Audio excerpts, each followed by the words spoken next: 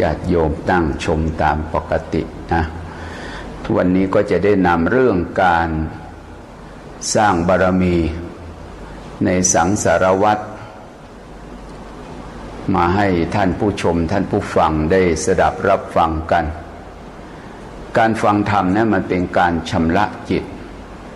ทำให้ใจของเรานั้นเข้าถึงความสะอาดทำให้ใจของเราเข้าถึงความบริสุทธิ์ความบริสุทธิ์ของเสื้อผ้าถ้ามันสกปรกเราต้องซักด้วยแฟบด้วยสบู่แต่จิตใจของเราไม่ได้ล้างด้วยน้ำจิตใจของเรามันจะสะอาดเราก็ต้องชำระด้วยบุญนะด้วยบุญเหตุให้เกิดบุญเขาเรียกว่าบุญกิริยาวัตถุวิโสทนะศัพท์ภาษาบาลีแปลว่าเครื่องชำระถ้าเราทำความดีมันก็ละความชั่วนั่นแหละเพราะบุญบาปนี่เกิดพร้อมกันไม่ได้ถ้าสมัยใดบุญเจริญบาปก็ไม่เกิดถ้าสมัยใดบาปเกิดบุญก็ไม่เจริญและบุญเนี่ยมันยังอิทธิผลความปรารถนาความสำเร็จมาแก่บุคคลผู้บำเพ็ญแล้วท่านกล่าวว่าบุญญาณิธิบุญญาณิธิว่าบุญสำเร็จมาเนี่ยผลของบุญเนี่ยสำเร็จมาจากเหตุคือบุญคือการกระทำเขาเรียกว่าบุญญาณิธิท่านกล่าวไว้ในภาษาบาลีว่าเอสะเทวมนุสสานังสัพพกามทัตโตนิธิยังเทวาทิปัฏเทนติสัพพเมเตนรพติสมบัติใดๆที่มนุษย์และเทวดาปรารถนาสมบัติเหล่านั้นย่อมสำเร็จแก่มนุษย์เทวดาด้วยบุญญาณิธินั้นคือหมายความว่าคนจะได้ข้าวกล้าก็ต้องทำนาคนจะได้น้ำไว้ใช้ต้องทำเหมืองคนจะได้ผลของบุญได้ความสุขได้โชคได้ลาภก็ต้องทำบุญนะเพราะฉะนั้น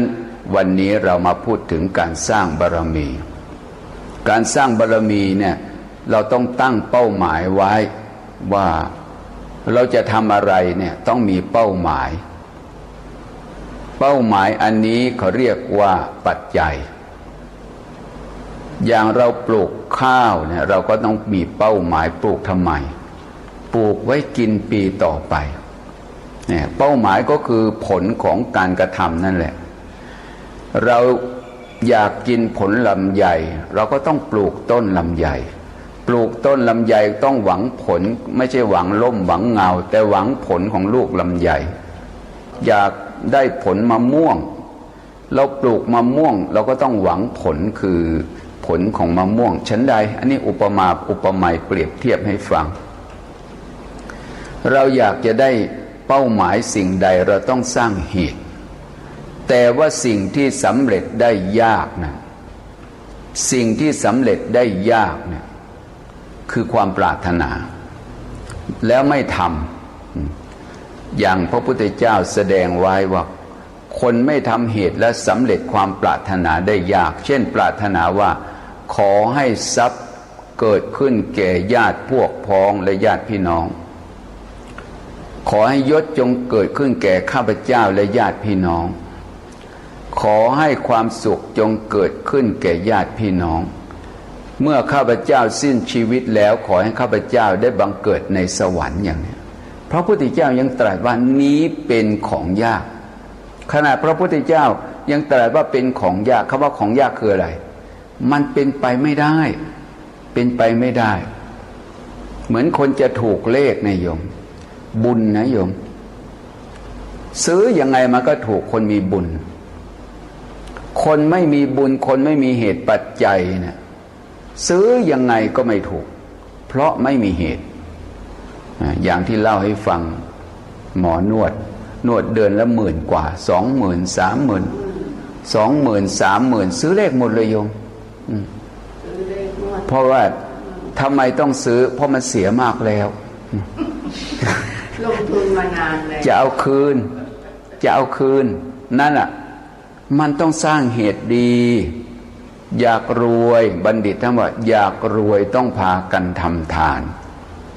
ทานเนี่ยทำให้เรารวยยิ่งให้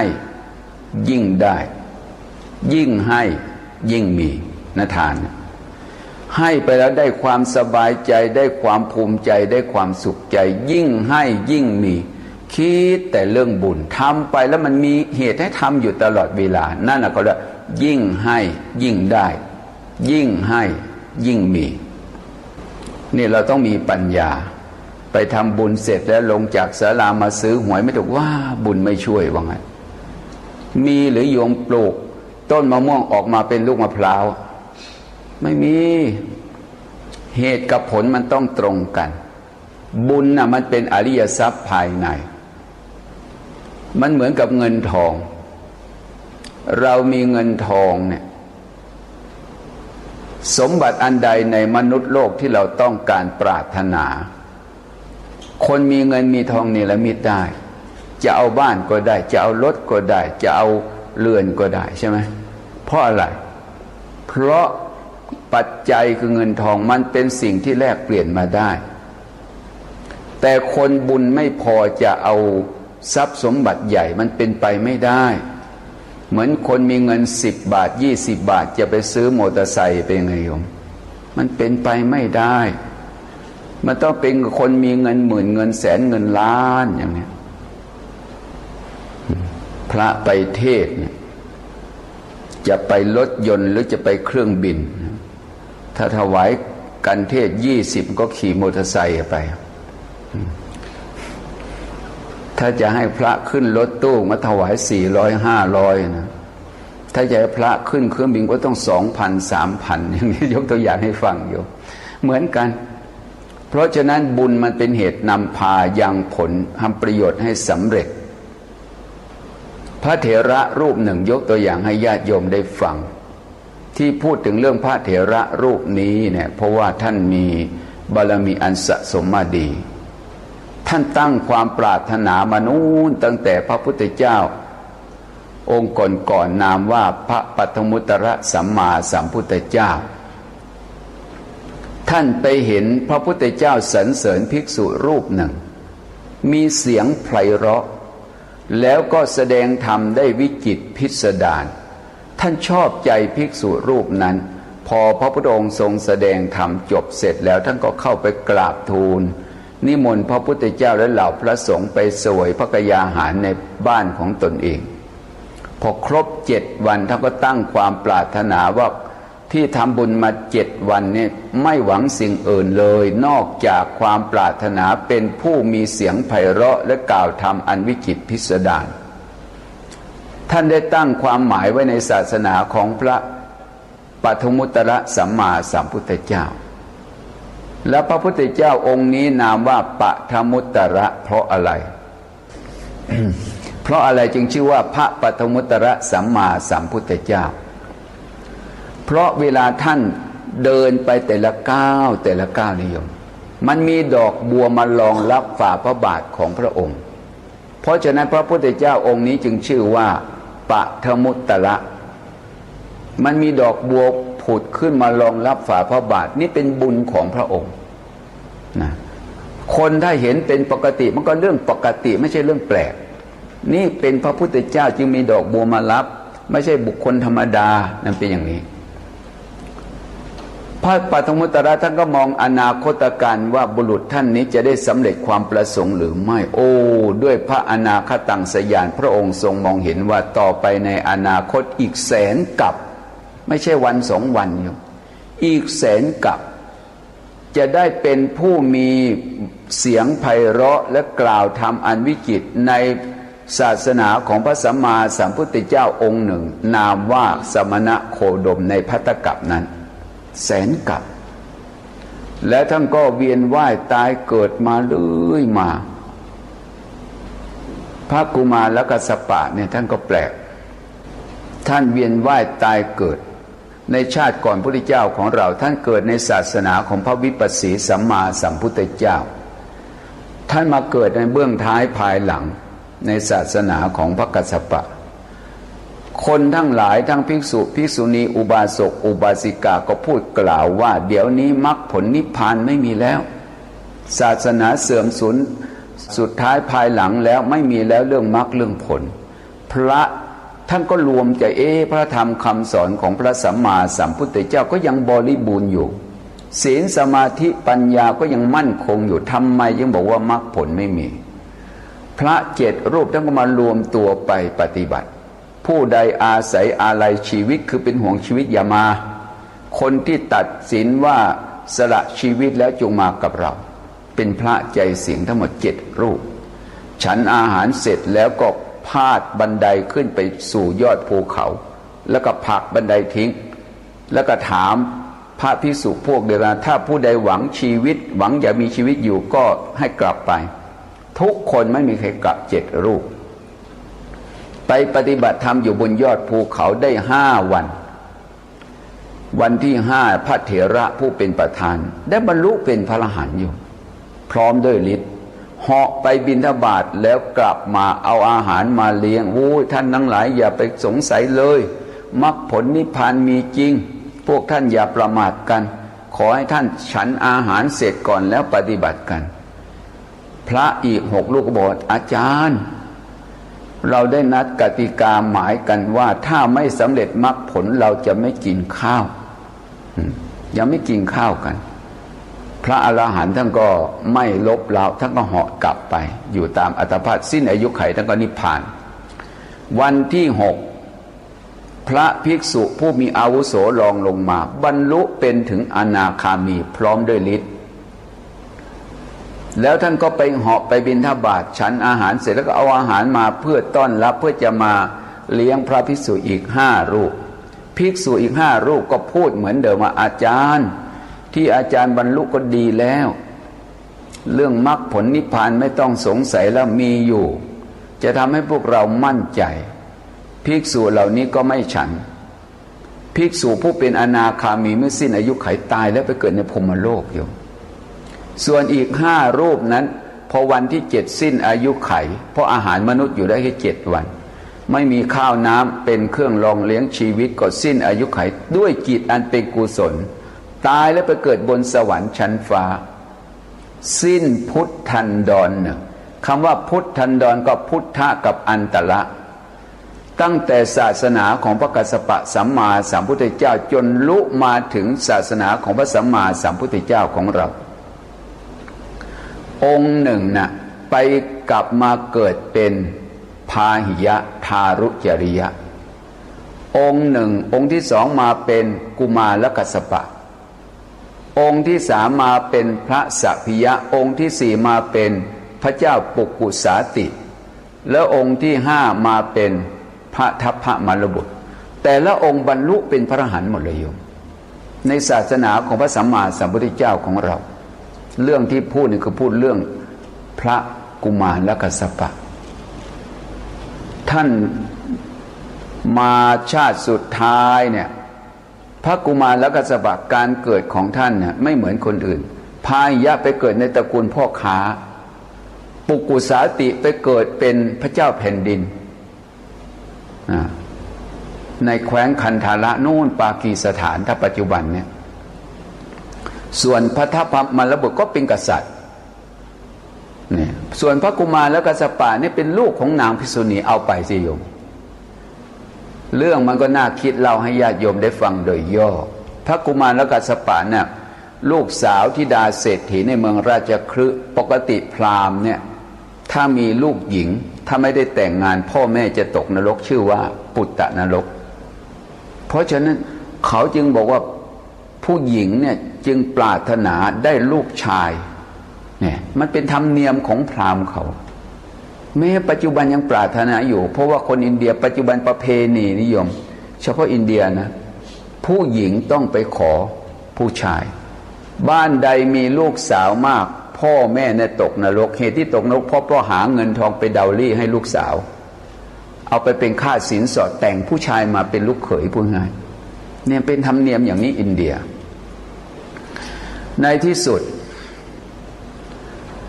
แม้แต่เรื่องของ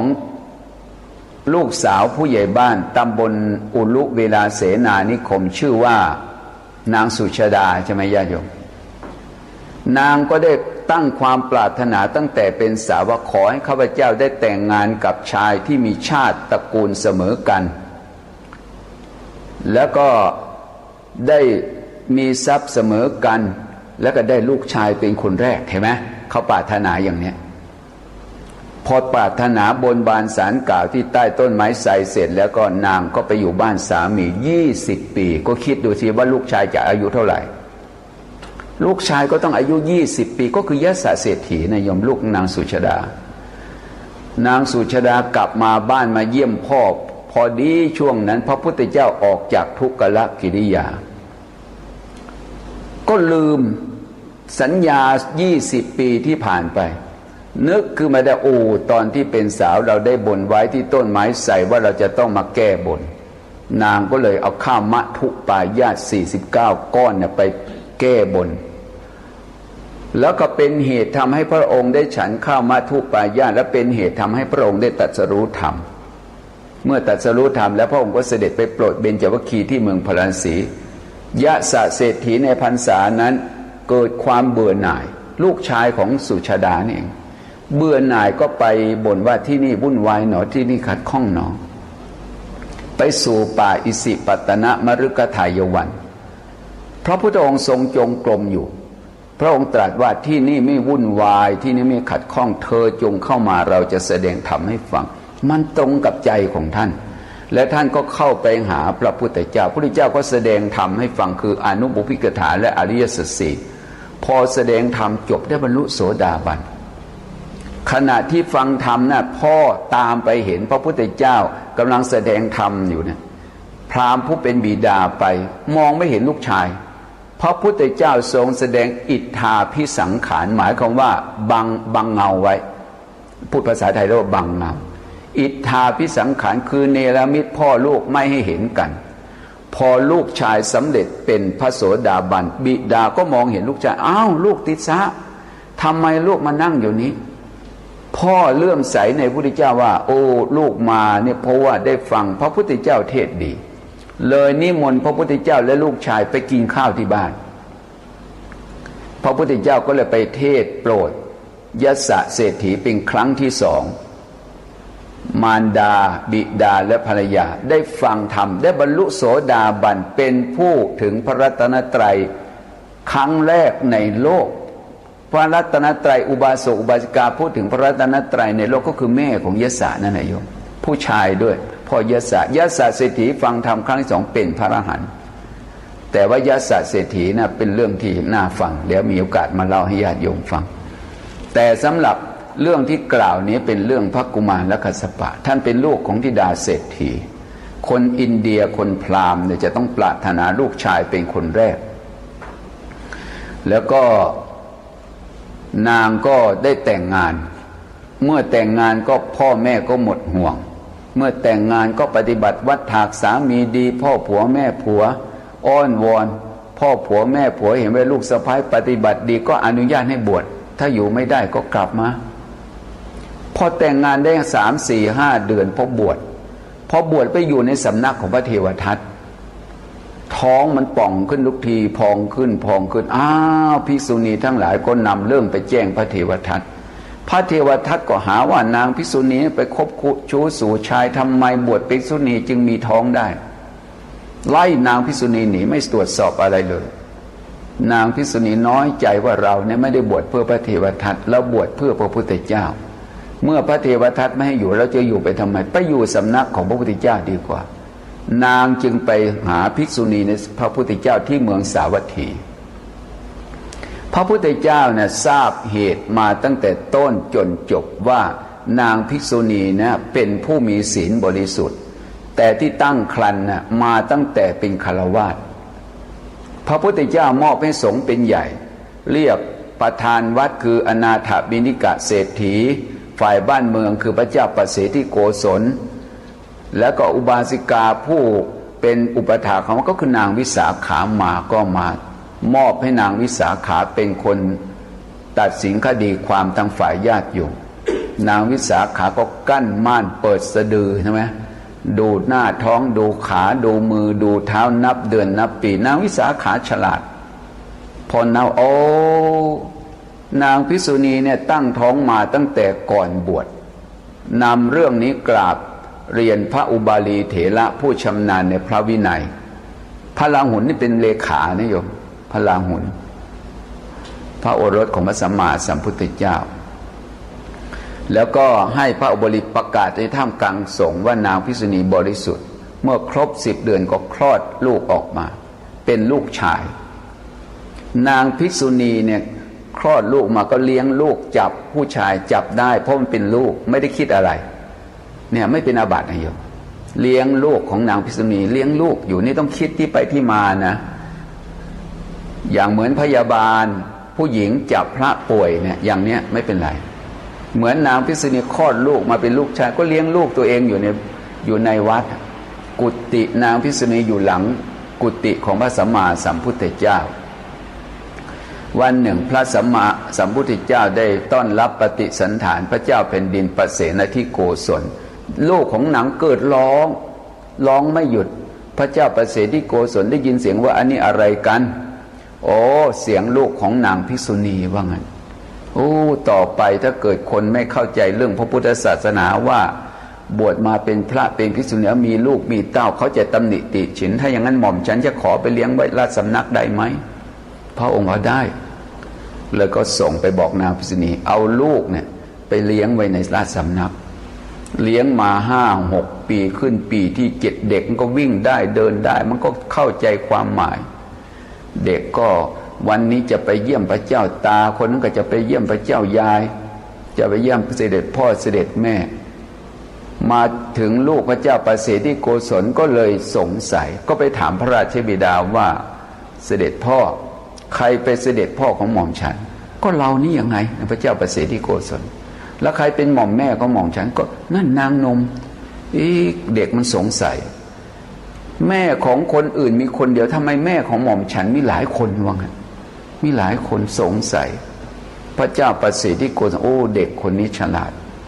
ต่อไปก็ปิดความลับไม่ได้ก็เลยพูดความจริงลูกรักอันที่จริงเจ้าก็ไม่ใช่ลูกของพ่อหรอกแต่เจ้าเนี่ยเป็นลูกของนางภิกษุณีคำว่ากัสสปะแปลว่าลูกของนักพรตนะกัสสปะแปลว่านักบวชหรือนักพรตพอพระราชาเอามาเลี้ยงจึงมีคำนำหน้าว่ากุมารนี่กุมารและกัสสปะเดิมชื่อกัสสปะที่นำหน้าว่ากุมารและกัสสปะก็เพราะเป็นลูกของพระราชาที่ไปชุบเลี้ยงไว้จึงชื่อนั้นมาตลอดพระเถระรูปนี้เมื่อบวชแล้วเนี่ยจึงมีกิตติศัพท์งานพระศาสนาเผยแพร่กระจายไปไกลเช่นไปตอบปัญหาพระเจ้าปายาสิซึ่งเป็นพระเจ้าแผ่นดินซึ่งเป็นมิจฉาทิฏฐินรกไม่มีสวรรค์ไม่มีเนี่ยที่เนี่ยพระกุมารกัสสปะองค์เนี้ยไปเป็นคนไปโปรดพระกุมารกัสสปะก็ตอนนั้นท่านยังเป็นเด็กอยู่ได้ฟังพระเจ้าประเสนทิโกศลบอกว่าพ่อไม่ได้เป็นพ่อของเจ้าและแม่นมก็ไม่ใช่แม่ของเจ้า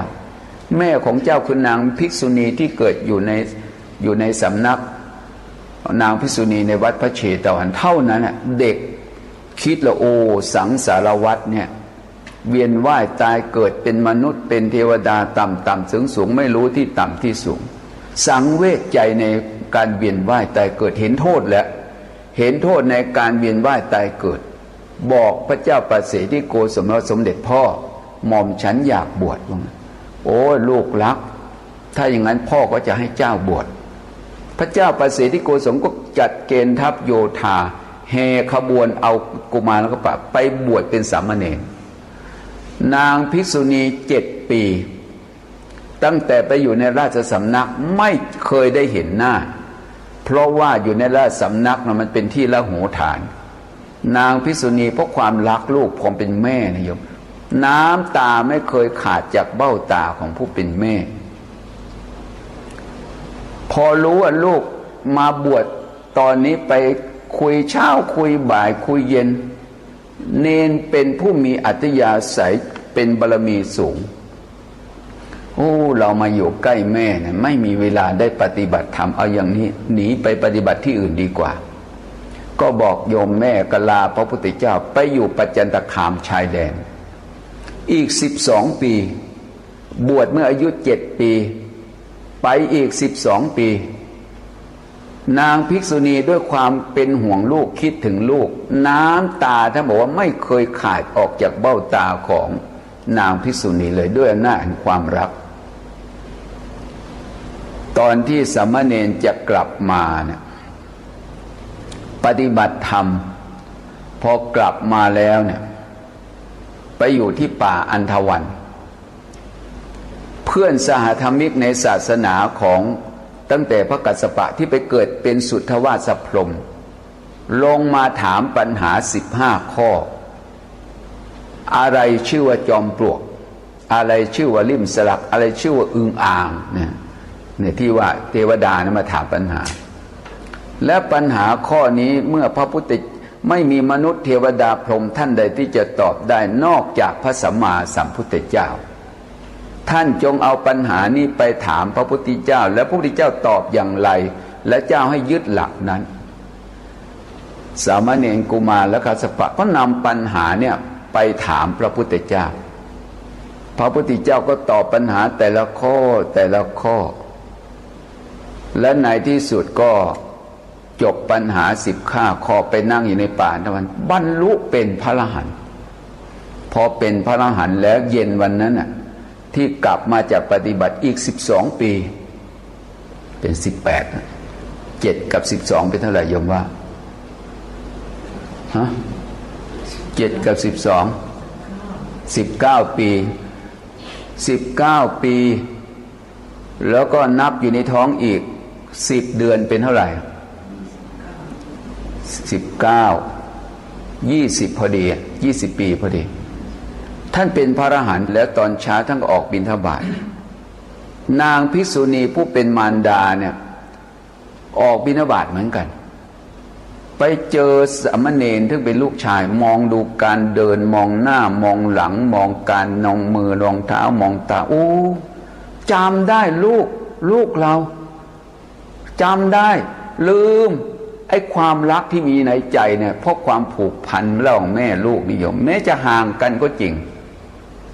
สามเณรกลับมาก็ยังไม่ไปบอกโยมมารดาว่าเนรมาพอมาถึงวัดเชตวันแล้วไปพักอยู่ป่าอันธวันป่าอันธวันทำไมเรียกว่าป่าอันธวันอันทะแปลว่ามืดบอดวนะแปลว่าป่าคนไทยเรียกว่าป่าดงดิบเพราะว่าป่าดงดิบเป็นยังไงคือมันป่ามันหนาแน่นพระอาทิตย์ไม่สามารถที่จะสาดแสงลงมาสู่พื้นดินได้เพราะใบไม้มันหนาทึบมากเพราะฉะนั้นพื้นล่างมันจึงเย็นใช่ไหมโยมเขาเรียกว่าป่าอันทะวันอันทะแปลว่ามืดมิดวนะแปลว่าป่าคนไทยเรียกว่าดงพญาเย็นเคยได้ยินไหมโยมนั่นเดี๋ยวนี้ไม่มีเย็นแล้วเพราะว่าเขาเอาป่าไปหมดแล้วปากช่องโคราชนี่ แต่นั่นน่ะคนไทยเรียกว่าดงพญาเย็นแต่คนอินเดียเรียกว่าป่าอันธวันสามเณรไปถามปัญหาพระพุทธเจ้า15 ข้ออันนี้เวลามันน้อยก็เลยเล่าย่อๆให้ญาติโยมฟังพระพุทธเจ้าตอบปัญหา15 ข้อจบและสามเณรเอาไปปฏิบัติคืนเดียวในวัมมิกสูตรที่พูดถึงเรื่องจอมปลวกเนี่ยบรรลุเป็นพระอรหันต์แล้วก็ท่านก็ตอนเช้าก็ออกบิณฑบาตแม่สามเณรกุมารแล้วก็ไปเห็นสามเณรกำลังออกบิณฑบาตโอ้นี่ลูกเนรนี่หว่าพอรู้ว่าลูกเนรใจมันจำได้นะลืมภาวะความเป็นภิกษุณีอุ้มบาตรแล้วอุ้มบาตรอยู่พอเจอลูกยกบาตรขึ้นลืมห่มจีวรลูกแม่ลูกเนรวิ่งไล่จะไปกอดสามเณรให้สมกับใจรักสามเณรผู้เป็นพระอรหันต์รู้เลยว่ามารดาของตนเองถ้าเราพูดคำอันเป็นที่รักเนี่ยมารดาของตนเองนี่จะไม่ได้บรรลุธรรมแต่ถ้าเราพูดคำอันเป็นไม่เป็นที่รักพูดให้มารดาเนี่ยตัดขาดจากความรักมารดาจะได้บรรลุธรรมนางภิกษุณีวิ่งไปด้วยความรักเหยียบชายจีวรหกล้มลูกเน้นลูกแม่สามเณรก็บอกว่าหญิงบ้าแกพูดว่าใครเป็นลูกของเจ้าเจ้าทำอะไรอยู่เนี่ย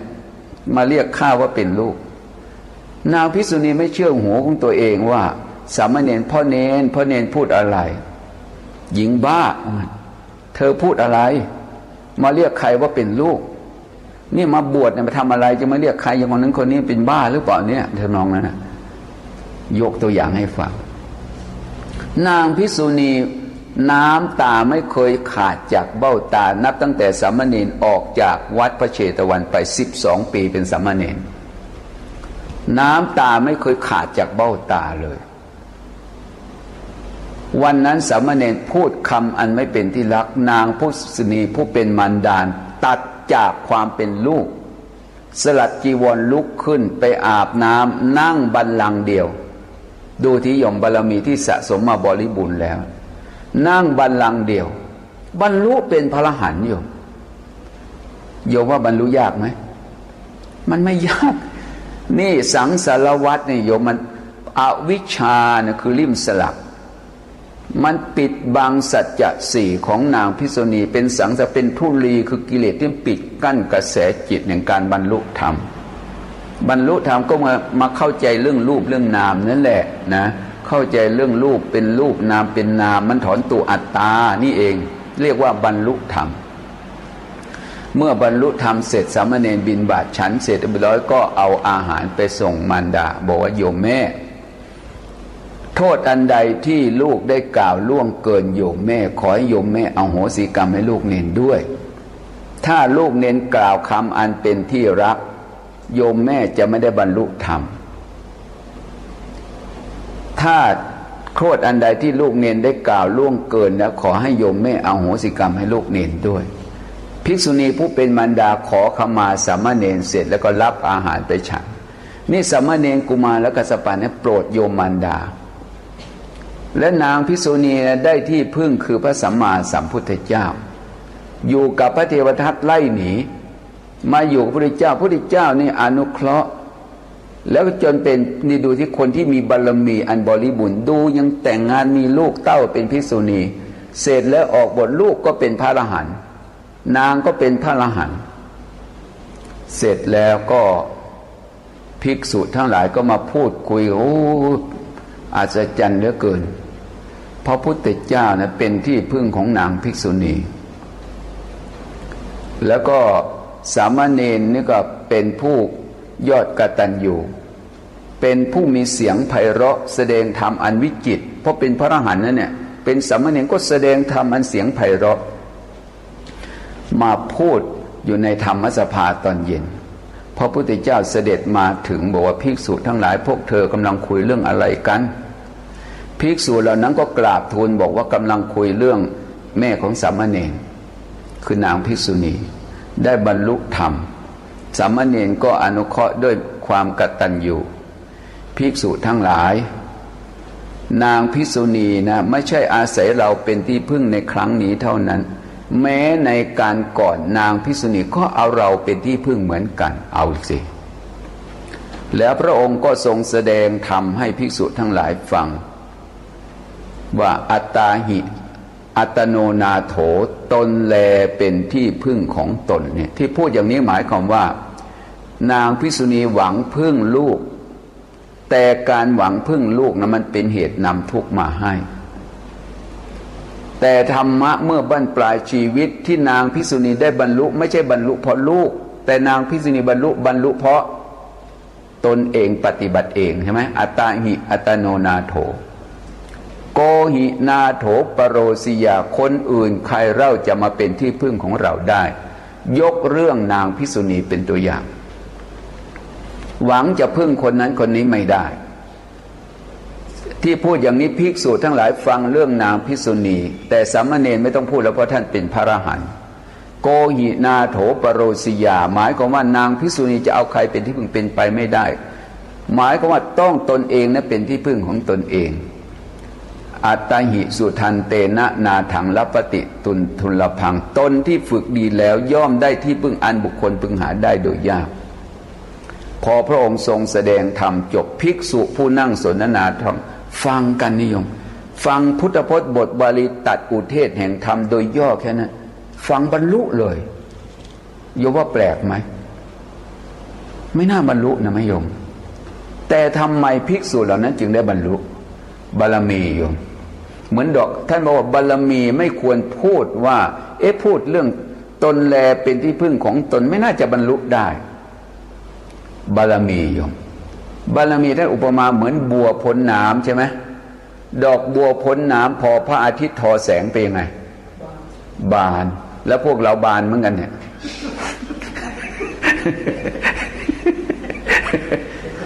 นั่งคอหักคอพับกัน มันพ้นมาหลายนะเนี่ยบารมีไปดูถูกว่าคนอย่างนี้บรรลุไม่ได้เป็นไปไม่ได้นะเรื่องของการบรรลุธรรมนั้นเป็นเรื่องของเหตุผลและในที่สุดพระพุทธเจ้าทรงแสดงธรรมจบภิกษุทั้งหลายซึ่งเป็นผู้ไม่มีอภิญญาจิตก็อยากจะทราบว่าข้าแต่พระองค์ผู้เจริญนางภิกษุณีเคยเอาพระองค์เป็นที่พึ่งเป็นมาอย่างไรพระเจ้าค่ะ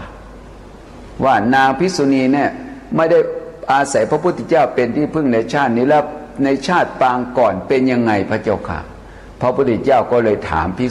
ษุทั้งหลายพวกเธออยากฟังไหมก็อยากฟังถ้าอย่างนั้นตั้งใจฟังเสร็จแล้วพระพุทธองค์ก็ทรงย้อนรอยถอยอดีตไปว่าภิกษุทั้งหลายอดีตการนานมาแล้วเราเคยเสวยประชาติเป็นพญาเนื้อชื่อว่านิโครธพญาเนื้อก็คือกวางเป็นหัวหน้ากวางโพธิสัตว์ชื่อว่านิโครธมีบริวาร500แล้วก็มีบริวารของพระเทวทัตอีก500ชื่อว่าสาขะเกิดเป็นเนื้อเหมือนกันอยู่ในเมืองพาราณสีพระเจ้ากาสีพรหมทัตมีเกมกีฬาก็คือจะต้องพาบริวารไปล่าเนื้อทุกวันเพื่อแม่นธนูยิงธนูกีฬายิงธนูฆ่าสัตว์ประชาชนไม่มีเวลาอันกินอันนอนทำมาพุทธศักราช 2565 เลขาธิการพระราชวังรับพระบรมราชโองการเหนือเกล้าเหนือกระหม่อมสั่งว่าวันศุกร์ที่ 3 มิถุนายน พุทธศักราช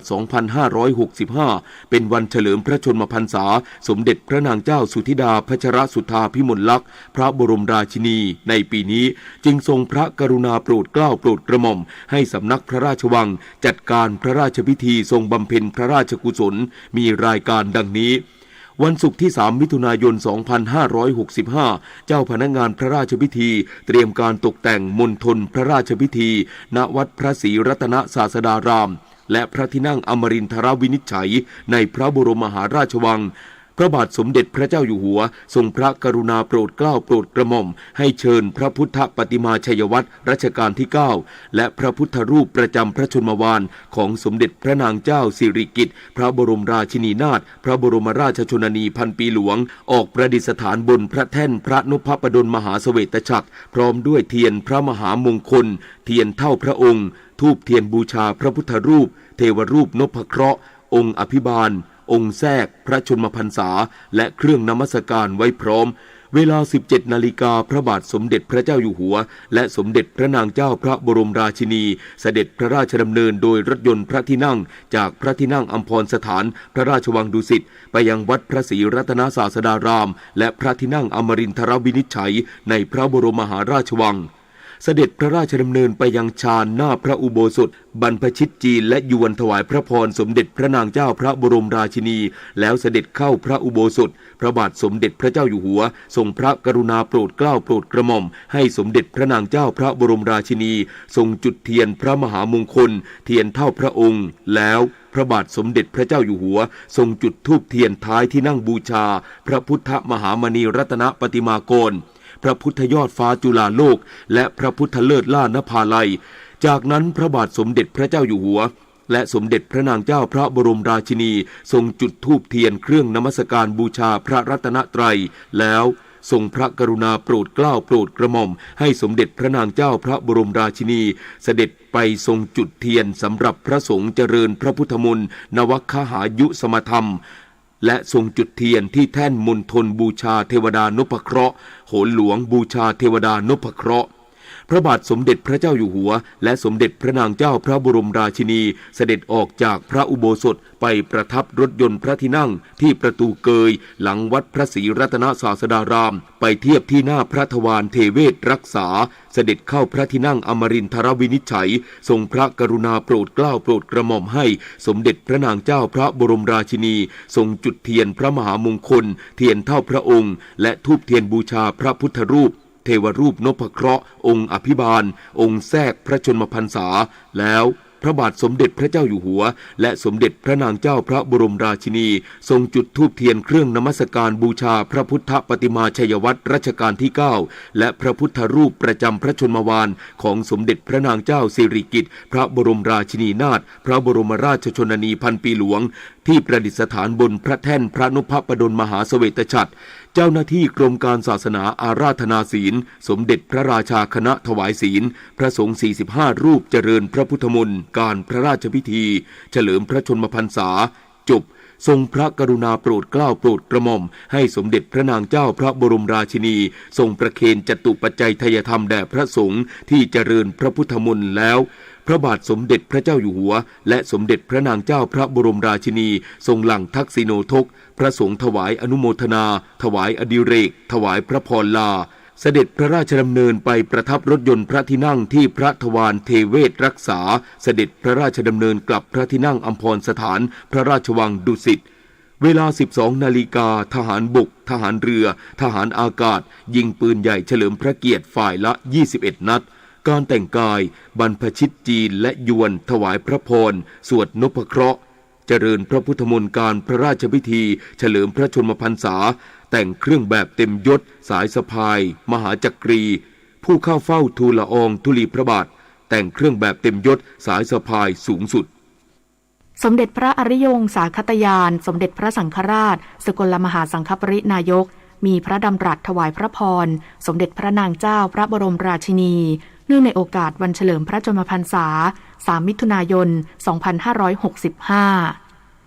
เนื่องในอภิลักษิตสมัยเฉลิมพระชนมพรรษาสมเด็จพระนางเจ้าพระบรมราชินี3 มิถุนายน 2565สมเด็จพระอริยวงศาคตยานสมเด็จพระสังฆราชสกลมหาสังฆปรินายกมีพระดำรัสถวายพระพรความว่าอภิลักษิตสมัยเฉลิมพระชนมพรรษาของสมเด็จบรมบพิตรพระราชสมภารเจ้าสมเด็จพระนางเจ้าพระบรมราชินีผู้ทรงพระคุณอันประเสริฐ3 มิถุนายน 2565ได้เวียนมาบรรจบอีกคำรบหนึ่งอาตมาภาพในนามคณะสงฆ์ขอตั้งกัลยาณจิตร่วมถวายพระพรชัยให้ทรงบริบูรณ์ด้วยพระกำลังพรั่งพร้อมที่จะทรงทำนุบำรุงประเทศชาติพระบวรพุทธศาสนาและสืบสานพระราชปณิธานแห่งพระบรมราชจักรีวงศ์ให้ดำรงรุ่งเรืองยิ่งขึ้นไปประสบกนิกรต่างได้เห็นประจักษ์แล้วว่าสมเด็จบรมบพิตรพระราชสมภารเจ้าผู้ทรงพระคุณอันประเสริฐทรงพระราชวิริยะอุตสาหะบำเพ็ญพระราชกรณียกิจเพื่อเกื้อกูลประโยชน์สุขแก่ประชาชาติไทยทรงแผ่น้ำพระราชหฤทัยเยือกเย็นเป็นปกติแห่งพระราชอัธยาศัยอันอ่อนน้อมถ่อมพระองค์ทรงมุ่งมั่นสืบสารรักษาและต่อยอดพระราชกิจแห่งมหาจักรีบรมราชวงศ์ให้ยังคงอำนวยความวัฒนาผาสุกอยู่ทุกขณะทรงชนะพระราชหฤทัยของพระองค์เองและทรงชนะใจของปวงประชาด้วยอานุภาพแห่งพระราชธรรมสำคัญคือขันติซึ่งหมายถึงความอดทนอดกลั้นสามารถรักษาปกติภาวะของกายและวาจาไว้ได้เยี่ยงบัณฑิตผู้ย่อมไม่แสดงอาการขึ้นลงไม่ว่าจะถูกกระทบกระทั่งด้วยโลกธรรมอันพึงปรารถนาหรือไม่พึงปรารถนาก็ตามผู้มีขันติธรรมจึงเป็นผู้ทรงไว้ซึ่งพลังแห่งเมตตาคุณเกื้อหนุนให้เกิดสันติสุขทุกสมัยช่วยระงับภัยแห่งความรุ่มร้อนภายในจิตมิให้ประชิดกล้ำกลายเข้ามากระทบกระเทือนเสมือนพระเกียรติยศพิเศษคอยเพิ่มพูนพระบารมีให้ทวีความงดงามอยู่ทุกเมื่อสมดังพุทธศาสนสุภาษิตที่ว่าขันติโกเมตตวาลาภียะสัตสีสุขสีละวาปิโยเทวมนุษย์สานังมนาโปโหติขันติโกแปลความว่าผู้มีขันตินับว่ามีเมตตามีลาภมียศและมีสุขเสมอ ผู้มีขันติเป็นที่รักที่ชอบใจของเทวดาและมนุษย์ทั้งหลายด้วยประการฉนี้ขออานุภาพแห่งคุณพระศรีรัตนตรัยและพระราชกุศลธรรมจริยาทุกประการโปรดอภิบาลรักษาสมเด็จบรมบพิตรพระราชสมภารเจ้าสมเด็จพระนางเจ้าพระบรมราชินีผู้ทรงพระคุณอันประเสริฐให้ทรงพระเจริญด้วยจตุรพิธพรชัยเสด็จสถิตเป็นมิ่งขวัญหลักชัยของอาณาราษฎรตลอดกาลนานเทินเนื่องในโอกาสมหามงคลวันเฉลิมพระชนมพรรษาสมเด็จพระนางเจ้าพระบรมราชินีวันที่3มิถุนายน 2565 สถานีวิทยุกระจายเสียงแห่งประเทศไทยขอเสนอสารคดีเทิดพระเกียรติชุดใต้ร่มพระบารมีจักรีวงศ์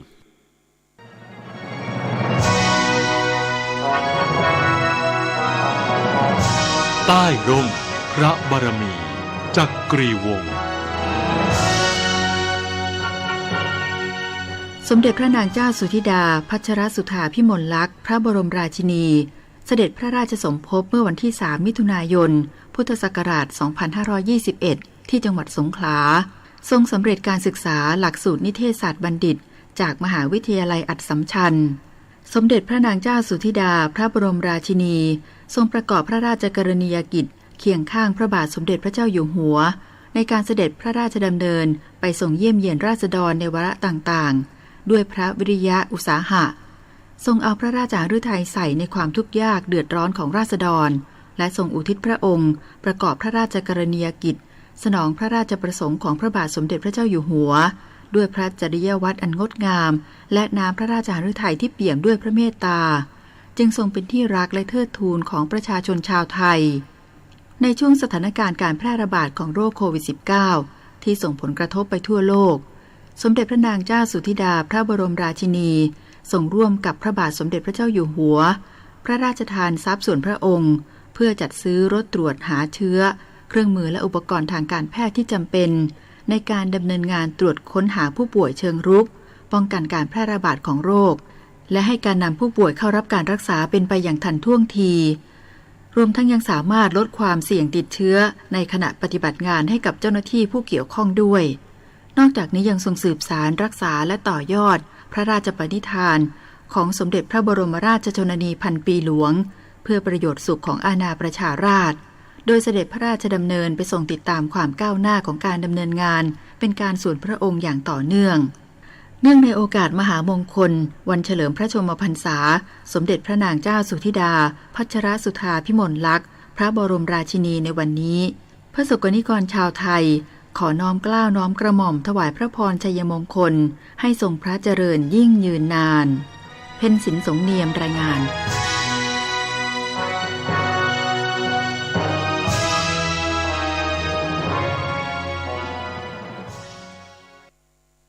ที่ประชุมสภาผู้แทนราษฎรผ่านความเห็นชอบรับหลักการวาระแรกร่างพระราชบัญญัติงบประมาณรายจ่ายประจำปีงบประมาณ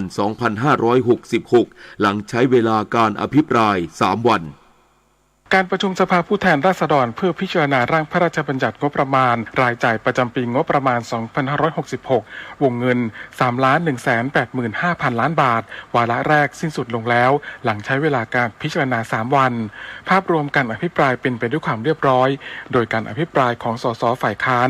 ที่ไม่เห็นด้วยกับงบประมาณฉบับนี้มุ่งเน้นอภิปรายถึงการจัดสรรงบประมาณที่ไม่สอดคล้องกับสถานการณ์ปัจจุบันที่บางกระทรวงได้รับงบประมาณน้อยทั้งที่เป็นกระทรวงที่มีความสำคัญรวมทั้งการจัดสรรงบประมาณที่ส่อให้เห็นว่าอาจมีความไม่โปร่งใสเกิดขึ้นโดยนายสุทินคลังแสงประธานวิปฝ่ายค้านอภิปรายสรุประบุว่าการจัดสรรงบประมาณรายจ่ายประจำปีงบประมาณ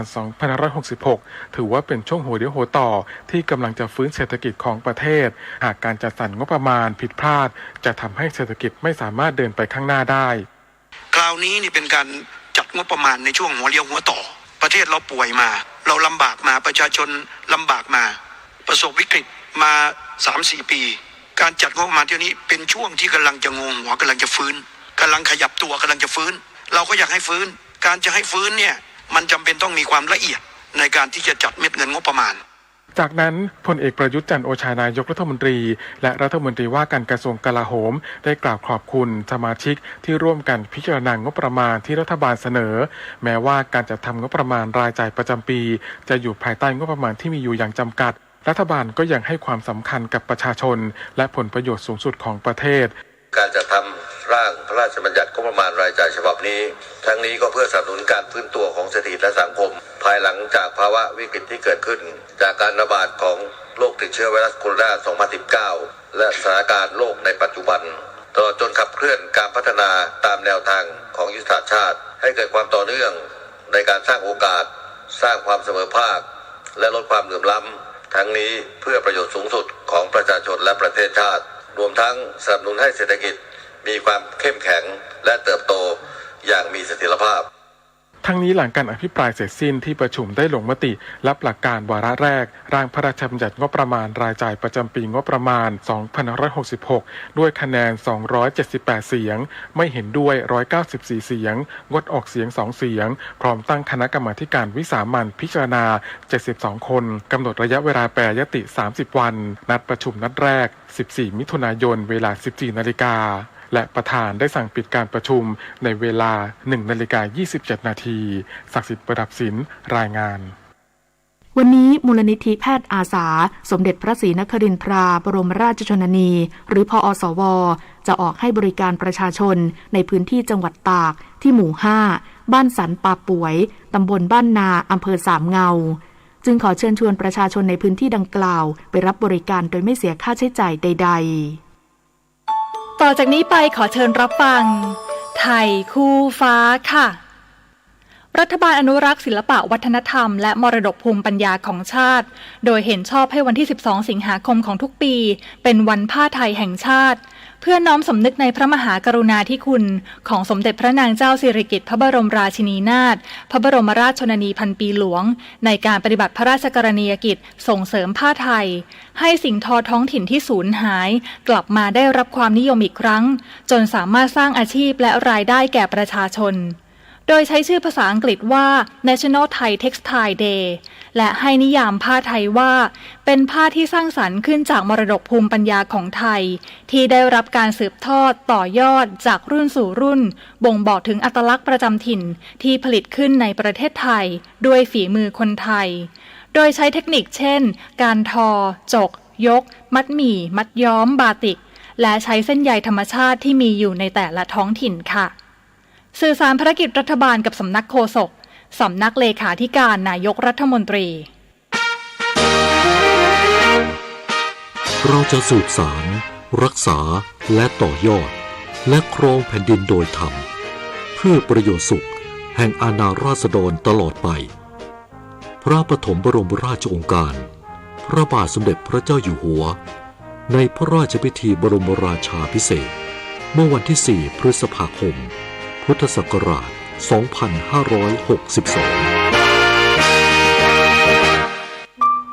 เพียบพร้อมพระราชจริยวัตร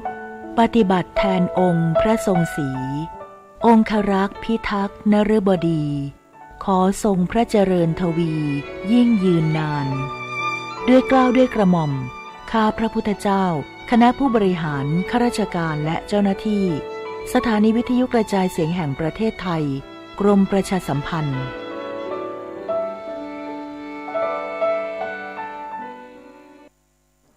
7:18 นาทีต่อไปรับฟังข่าวต่างประเทศองค์การอนามัยโลกขอให้รัฐบาลและหน่วยงานด้านการแพทย์ของประเทศต่างๆเตรียมความพร้อมด้านสาธารณสุขให้เร็วที่สุดเพราะในช่วงอีกไม่กี่เดือนข้างหน้าจะมีงานเทศกาลและกิจกรรมขนาดใหญ่หลายงานในยุโรปซึ่งจะทำให้เกิดการแพร่เชื้อฝีดาษวานอนได้ง่ายขึ้นทั้งนี้องค์การอนามัยโลกระบุว่าโรคฝีดาษวานอนน่าจะเริ่มระบาดในยุโรปมาตั้งแต่ช่วงต้นเดือนเมษายนโรคนี้สามารถติดต่อกันได้จากการสัมผัสใกล้ชิดกับผู้ป่วยในการเข้าร่วมกิจกรรมขนาดใหญ่หรืองานเลี้ยงดังนั้นจึงต้องเร่งหามาตรการควบคุมโรคไม่ให้เกิดการแพร่ระบาดในวงกว้างขณะที่มีจำนวนผู้ป่วยสะสมเพิ่มขึ้นเป็นกว่า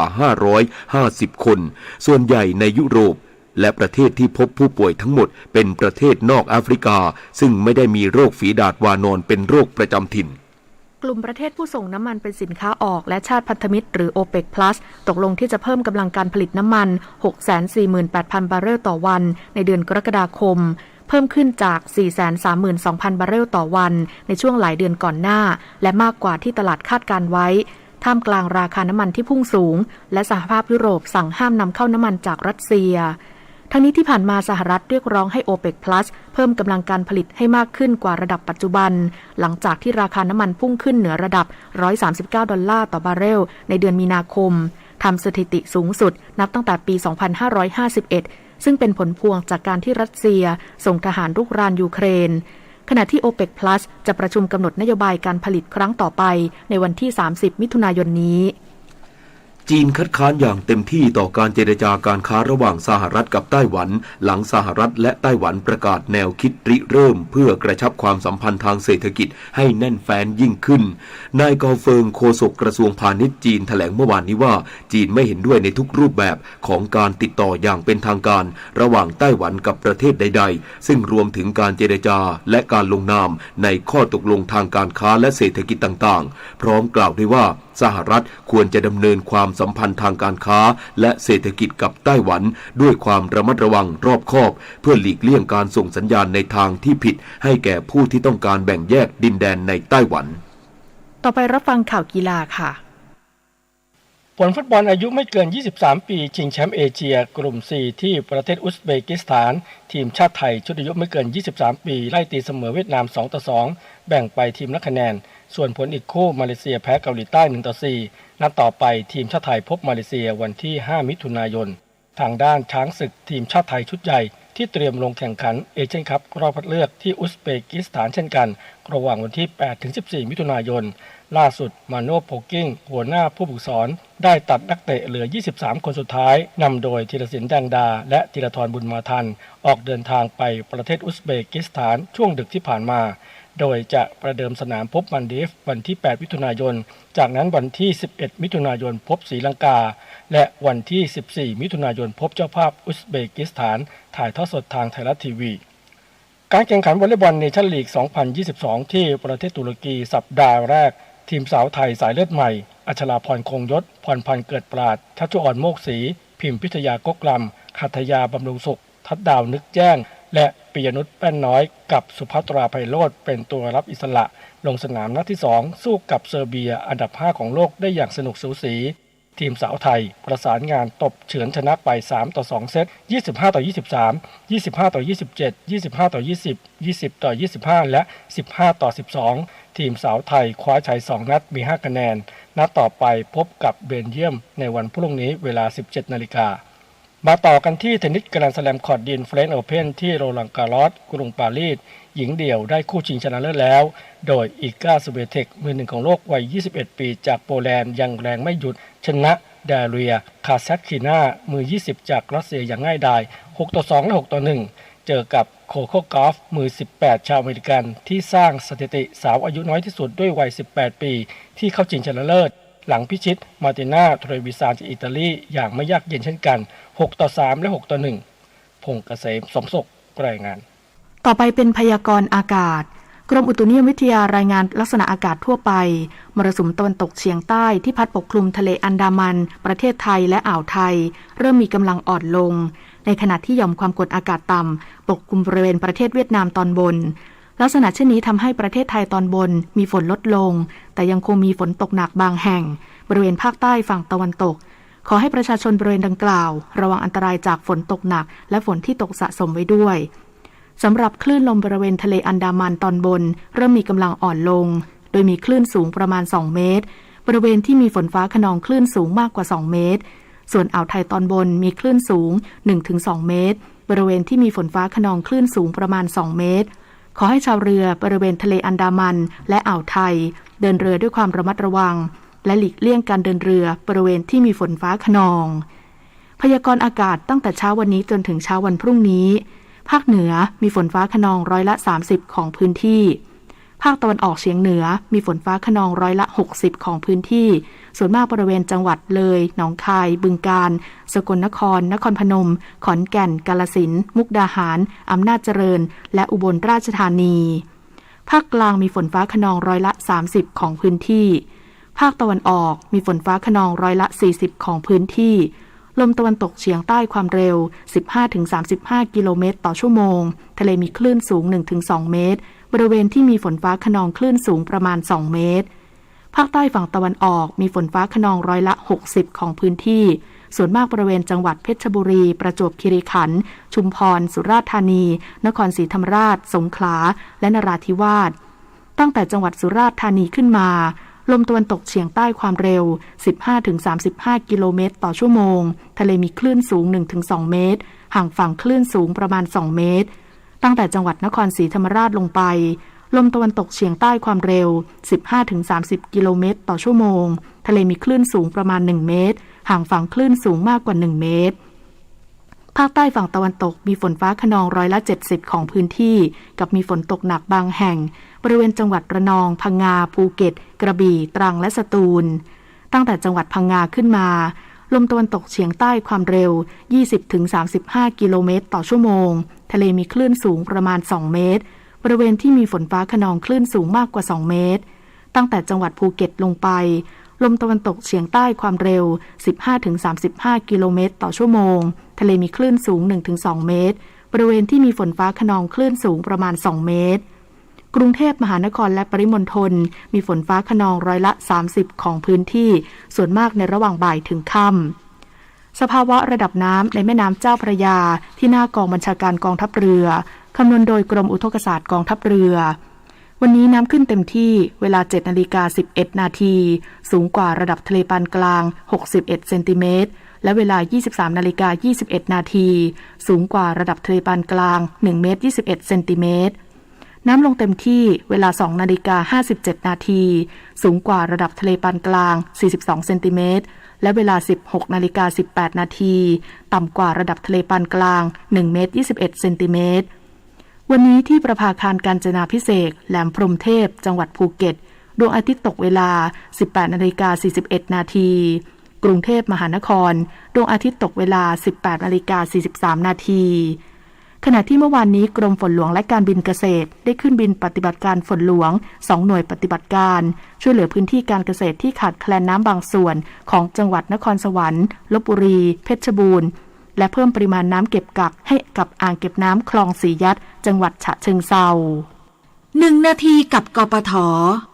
ปัจจุบันตามสื่อสังคมออนไลน์ต่างๆพบว่ามีกลุ่มมิจฉาชีพใช้ชื่อและตราสัญลักษณ์ของกรมการขนส่งทางบกแอบอ้างรับทำใบอนุญาตขับรถสำหรับผู้ที่ต้องการขอรับใบอนุญาตขับรถและต่ออายุใบอนุญาตขับรถโดยที่ไม่ต้องอบรมหรือทดสอบด้วยตนเองที่สำนักงานขนส่ง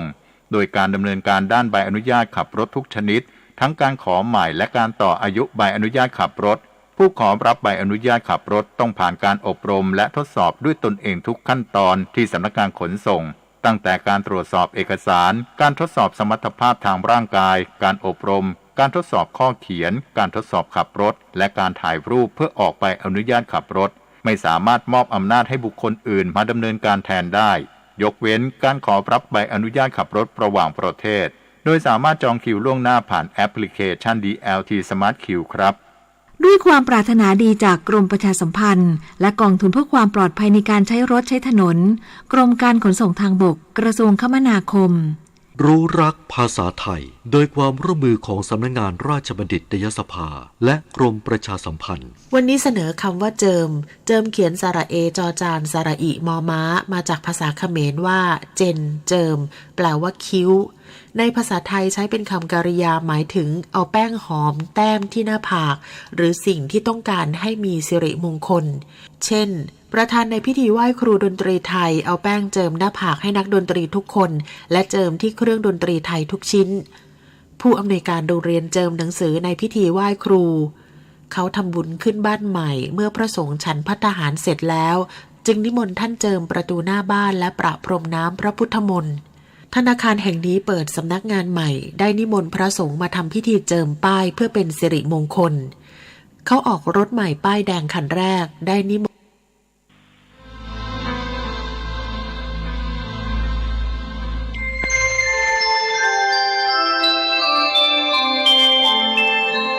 ขณะนี้ท่านกำลังฟังสถานีวิทยุกระจายเสียง คลื่นเพื่อการศึกษาพระพุทธศาสนาและวัฒนธรรมระบบ FM 104.5 เมกะเฮิรตซ์ออกอากาศณวัดฝายหินตำบลสุเทพอำเภอเมืองจังหวัดเชียงใหม่โทรศัพท์053-226-058 053-943-691ความเจริญมั่นคงอยู่ที่ความเสียสละอดทนมั่นคงแข็งแรงแสวงหาความรู้ต่อสู้กับศักดิ์กำจัดสิ่งเสพติดเสริมสร้างชีวิตพอมีพอเพียงพระบาทสมเด็จพระเจ้าอยู่หัวท่านรับสั่งให้ใช้ชีวิตพอมีพอเพียงเราก็อยู่กันได้เพราะฉะนั้นคนไทยต้องสมัครสมานสามัคคีหันหน้าเข้าหากันปรึกษาหากันรักกันฉันพี่น้องเราก็จะอยู่ได้เพราะเวลานี้ยุคโลกาภิวัตน์มันจะมีการเปลี่ยนแปลงทางขนบธรรมเนียมจริยประเพณีบางสิ่งบางอย่างก็ขอให้นึกถึงบรรพบุรุษของชาติว่าบรรพบุรุษปู่ย่าตายายเราได้สั่งสมอบรมลูกหลานของคนไทยทุกคนให้ตั้งอยู่ความสามัคคีมีความสมัครสมานกลมเกลียวเมตตาปราณีเอื้ออารีเอื้ออาทรในราชการเวลานี้ประเทศชาติของเราก็เจริญมั่นคงเพราะเหตุว่าคนไทยรวมน้ำจิตน้ำใจกันสร้างสรรค์ความเจริญงอกงามเพื่อความเจริญงอกงามแก่ชาติพระพุทธศาสนาสำนักงานของพระมหากษัตริย์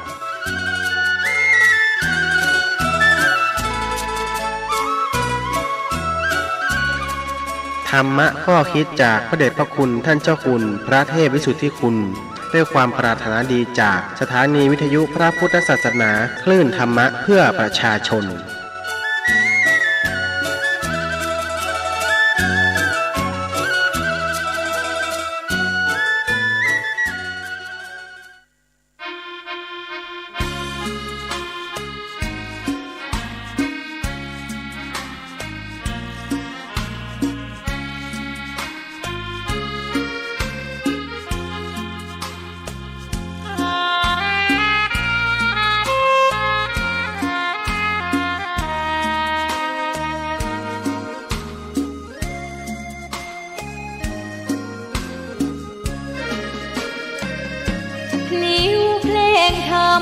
ถูกถ้อยคำเข้าถึงจิตใจฟังรายการวิทยุเสียงใสส่งถึงใจไปสู่ปลายนาสารธรรม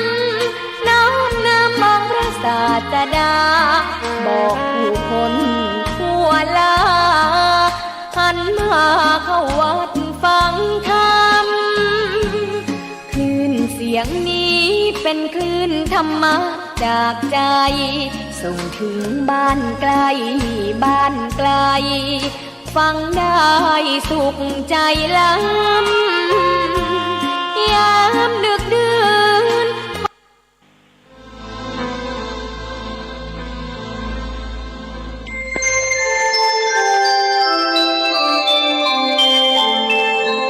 ขณะนี้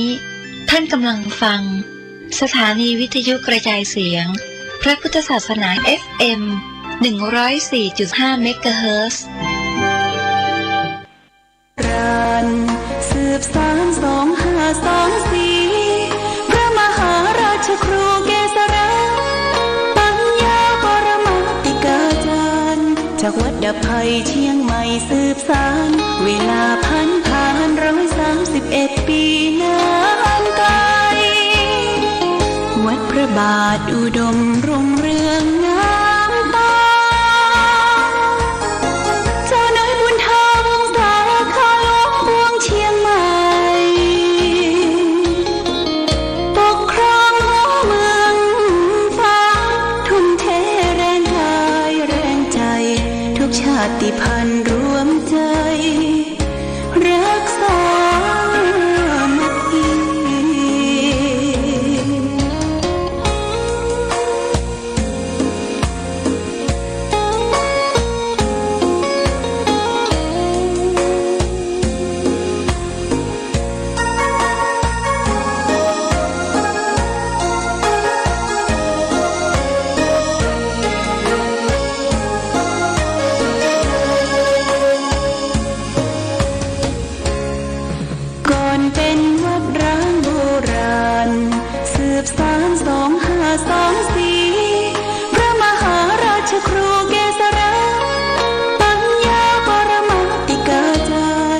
จากวัดดับภัยเชียงใหม่สืบสานเวลาผ่าน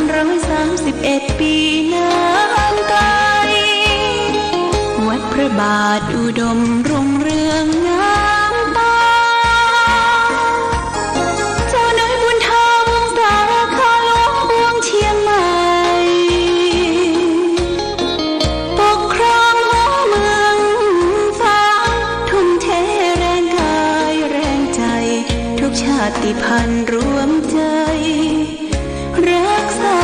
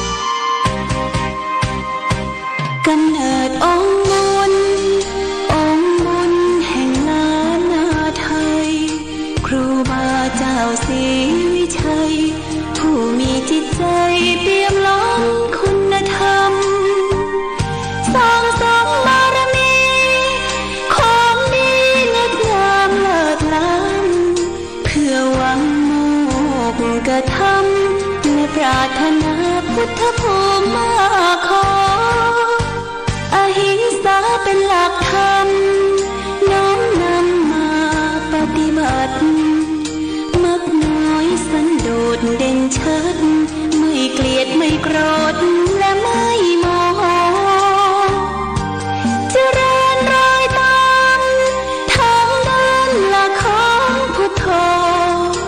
นะโมพุทธายะสรีรัมผู้คนกราบไหว้องค์บุญฟูฟ่องแห่งเมืองล้านนายึดใจเรื่อยมาองค์ครูบาศรีวิชัยผู้คนทั่วทิศทั่วแคว้นดินแดนไทยขอพรกราบไหว้พึ่งใจพึ่งบารมี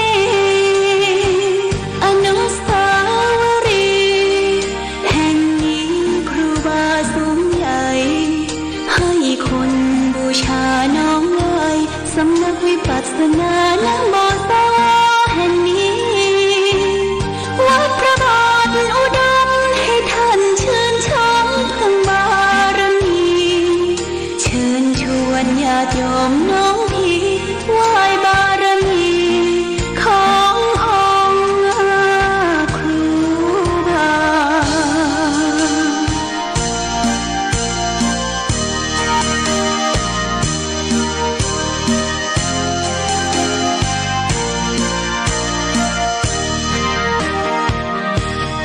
องค์บุญ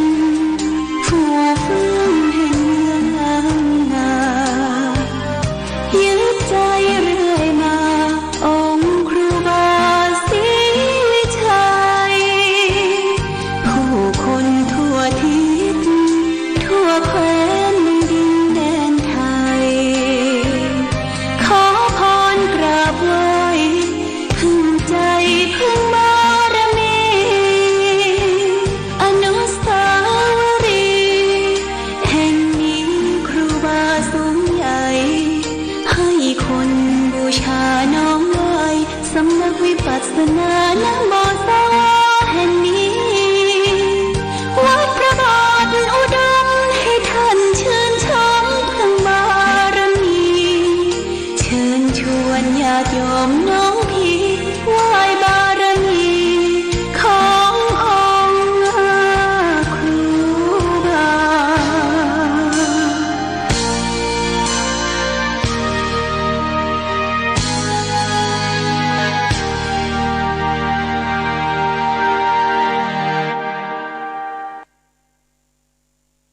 สาธุชนญาติโยมท่านพุทธบริษัททั้งหลายวันนี้รายการธรรม ประทีปส่องต่าง ก็ได้มาพบปะกับพ่อแม่พี่น้องศรัทธาสาธุชนญาติโยมแห่งครั้งหนึ่งอากาศตอนเช้าวันนี้ก็พอดีบ่ฮ้อนบ่หนาวแต่ว่าผลกระทบทางการได้ประกาศปัจจุบันนั้นก็คือเรื่องของควนพิษ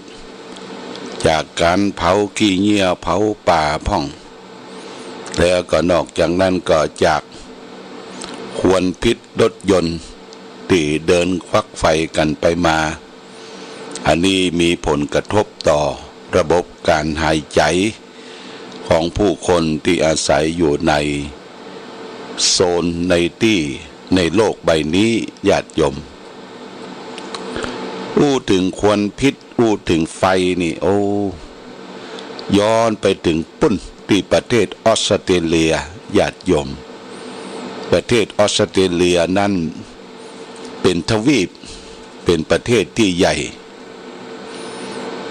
เมื่อออกพรรษาอาตมาภาพได้มีโอกาสได้ไปร่วมในการทำบุญทอดกฐินกับคณะสงฆ์จังหวัดเมืองกาญจนบุรี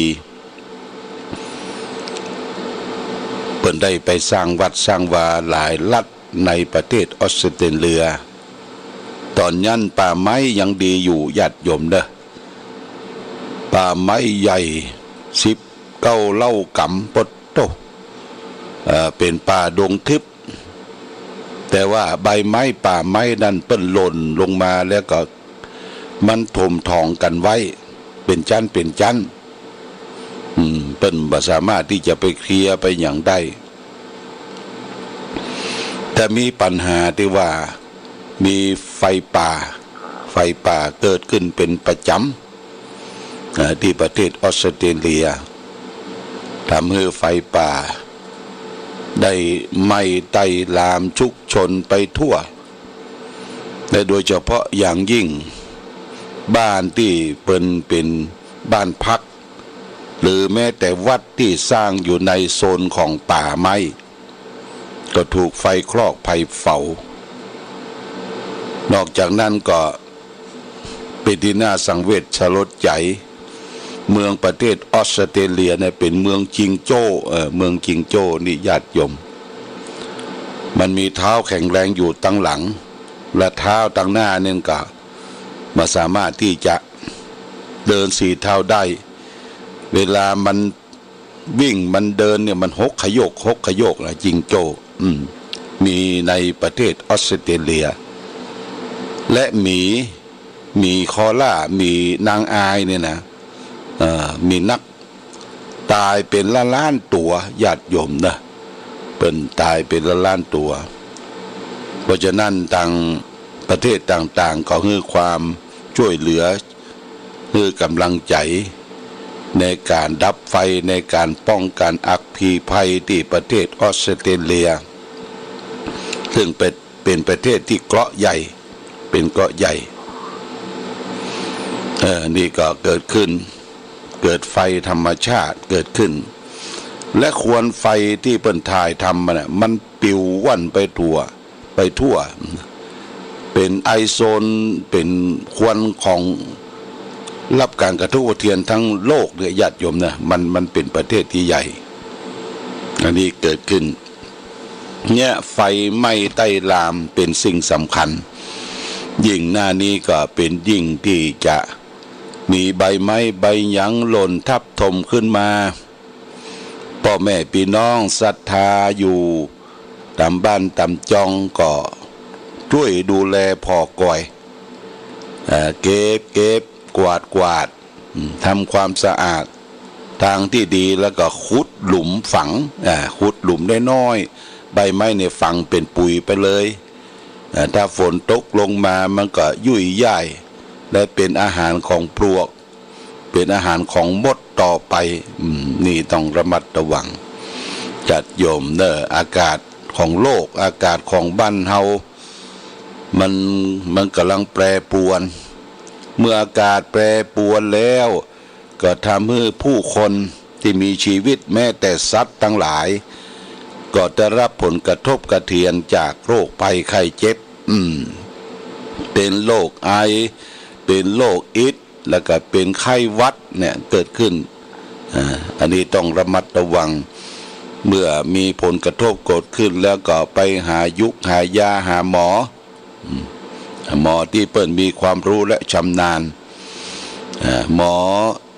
โรงพยาบาลตำบลก็ดีโรงพยาบาลของรัฐโรงพยาบาลใหญ่ญาติโยมก็ต้องไปหาโรงพยาบาลเวลามีไข้หวัดใหญ่ที่กำลังฮือกันที่มาจากประเทศต่างประเทศบางประเทศเนี่ยเพิ่นก็ว่าเป็นไข้หวัดใหญ่ที่สำคัญเขาก็ต้องฟังข่าวเสพข่าวทางตาทางหูทางตาก็ได้หันทางหูก็ได้ฟังทางจิตใจเขาก็คิด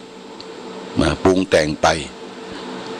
นี่เรียกว่าผ่านมาทางหูทางตาทางใจเรียกว่า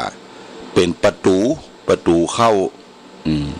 ประตูนี่เป็นห้องวัดทวารทั้งสามเมื่ออู้ถึงประตูและทวารทั้งสามวันนี้ก็จะเอาเรื่องของทวารสามเนี่ยมาปูจาเสนอให้แก่ศรัทธาญาติโยม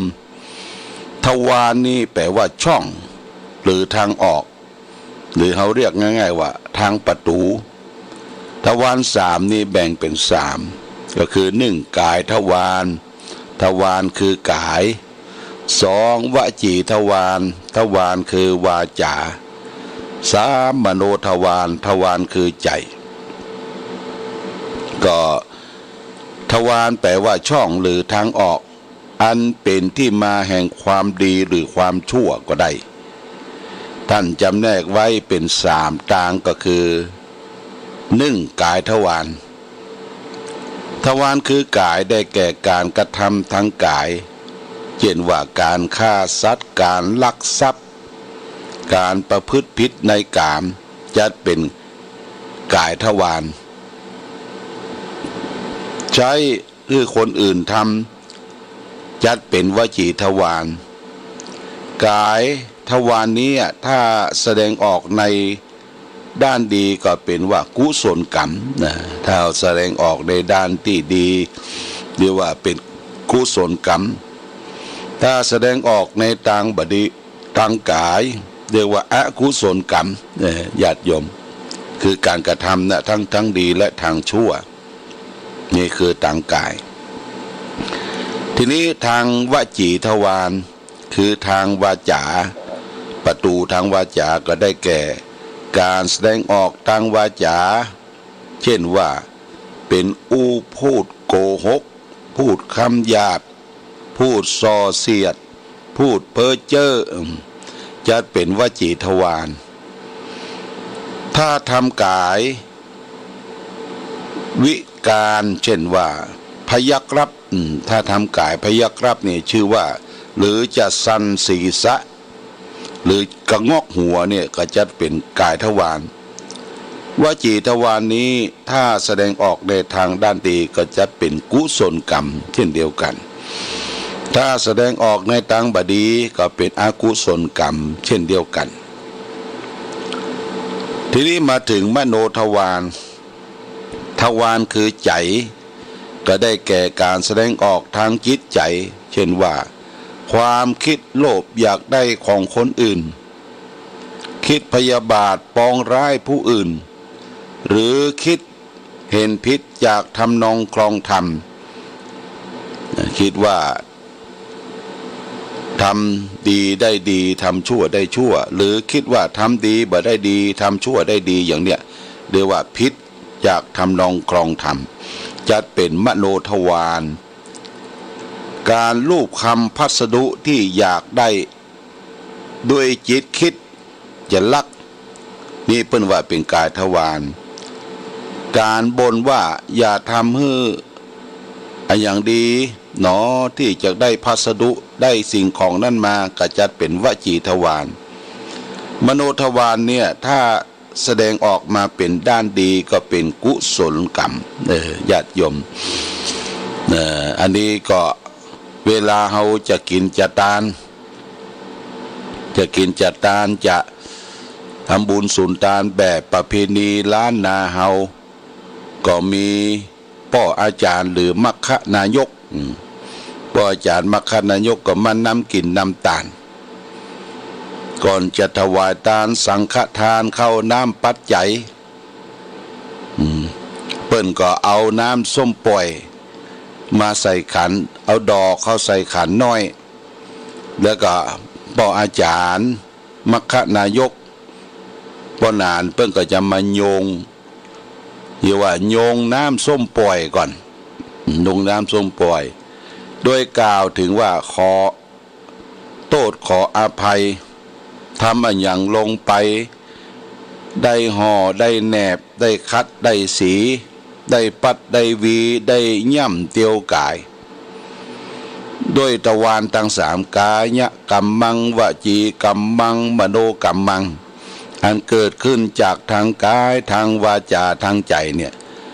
ขอได้อโหสิกรรมอย่าให้ได้เป็นนิวรธรรมกรรมอันหยาบช้ามากัดกั้งบังในการทำบุญสุนทานสุมาครัวตาลญาติโยมสุมาครัวตาลเมื่อสุมาครัวตาลแล้วก็เพื่อจะให้ครัวตาลนั้นบริสุทธิ์บ่ให้มีมละมนทินหยังแล้วก็เจิญเทวดาแห่งญาติโยมเจิญเทวดาที่รักษาสถานที่ภูเขาเหล่ากาตาน้ำนาทีเทวดารักษาตนตัวมาเป็นสักขีพยานในการตานเจิญเทวดาเรียกว่าสุมาครัวตาลเจิญเทวดาแล้วบางทีทางเมืองเหนือเขาก็โอกาสเว้นตาล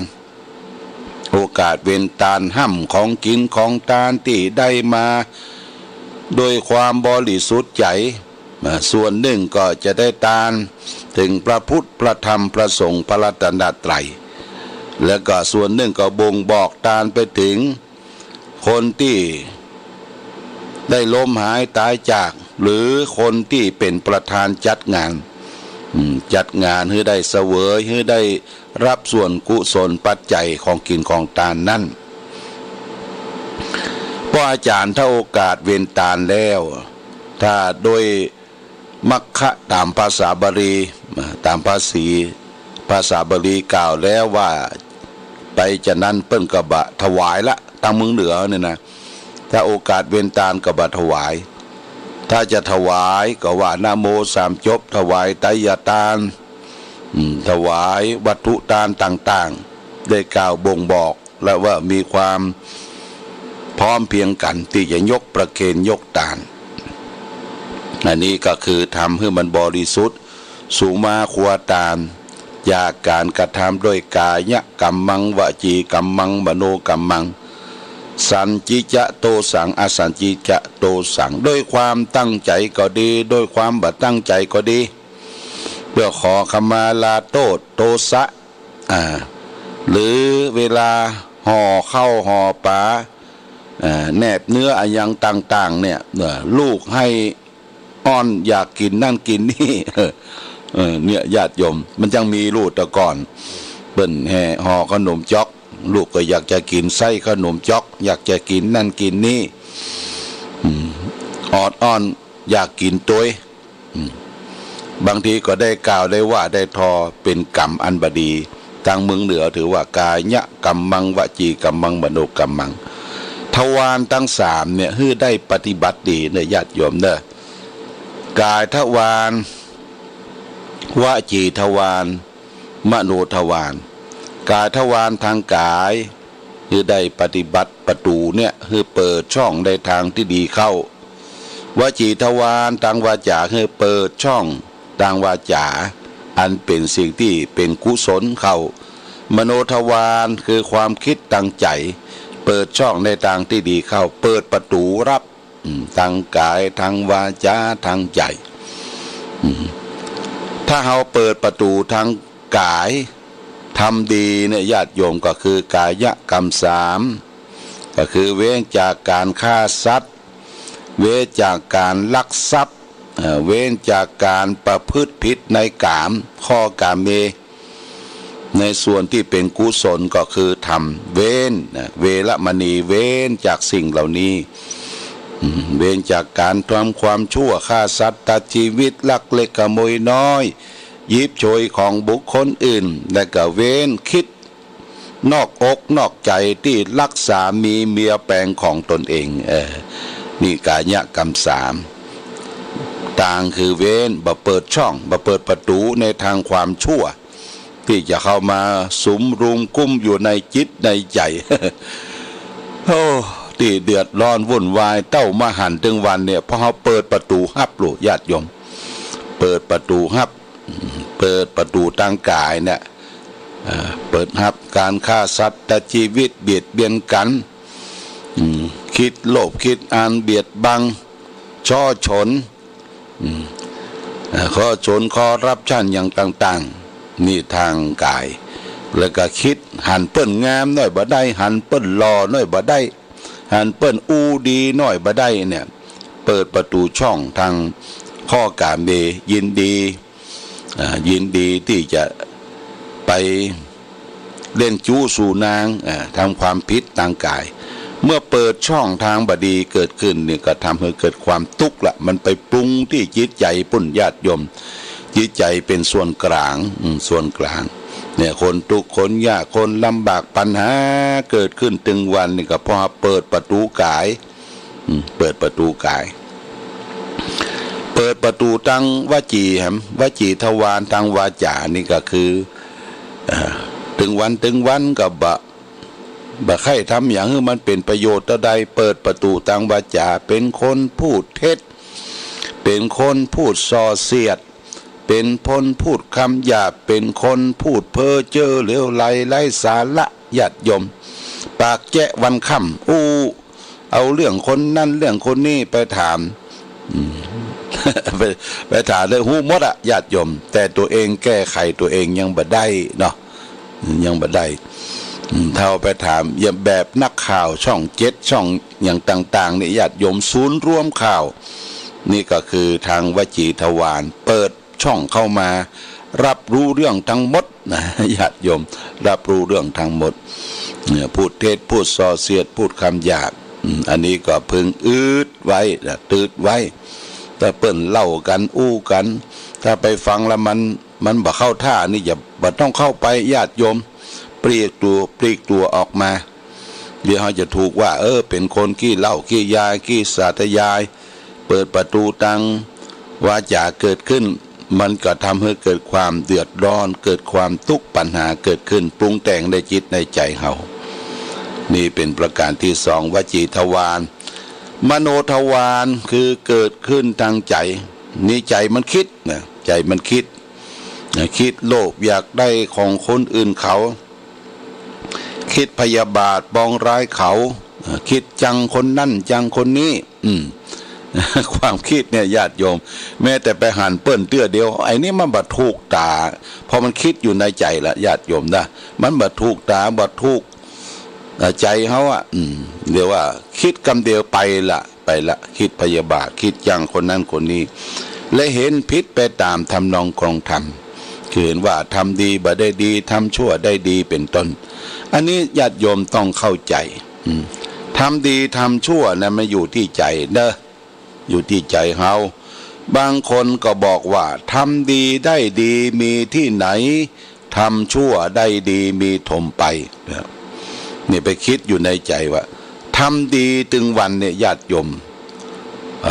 ขอให้มันร่ำมันรวยถูกหวยรวยเบอร์เป็นเศรษฐีเป็นคนมั่งคนมีเนี่ยทำดีอยากให้เป็นอย่างนั้นทำชั่วเขาก็มองว่าคนที่ทำชั่วมันอย่างได้ดีได้ดีจะได้คนเฮาบ่ได้มองเจาะลึกไปมองผิวเผินข้างนอกว่าเปิ้นทำชั่วค้าขายของผิดกฎหมายบ้านกฎหมายเมืองทั้งที่ฮู้กันอยู่ญาติโยมสร้างความเดือดร้อนให้แก่ลูกหลานเยาวชนอย่างเรื่องของยาเสพติดเป็นต้นเนี่ยญาติโยม เปิ้นอย่างมาล่ำมาลอยเขาก็ว่าเปิ้นทำชั่วอย่างได้ดีได้ทรัพย์สมบัติเหล่านั้นทางพระพุทธศาสนาว่าบ่ใช่ของดีนะญาติโยมมันเป็นของฮ้อนเป็นของธงชาติและเพลงชาติไทยเป็นสัญลักษณ์ของความเป็นไทยเราจงร่วมใจยืนตรงเคารพธงชาติด้วยความภาคภูมิใจในเอกราชและความเสียสละของบรรพบุรุษไทยประเทศไทยรวมและเชื้อชาติไทยเป็นประชารัฐผ้าไทยของไทยทุกส่วนอยู่ดำรงคงไว้ได้ทั้งมวลด้วยแค่ล้วนหมายรักษาพันยินไทยนิรักสงบแต่ถึงรบไม่กล้าเอกราชจะไม่ให้ใครคุมขี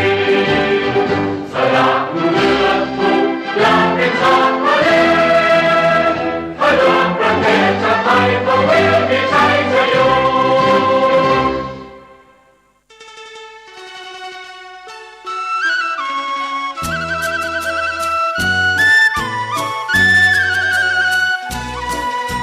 ไทยทั้งหลายที่ผ่านพ้นไปนั่นสุขบ้างทุกข์บ้างมันเป็นธรรมชาติของชีวิตแต่ขอทั้งวัดทั้งบ้านทั้งราชการทั้งโรงเรียนครูบาอาจารย์ได้สมัครสมานสามัคคีกลมเกลียวอย่าแตกความสามัคคีกันรู้รักสามัคคีประสานกายใจกันไว้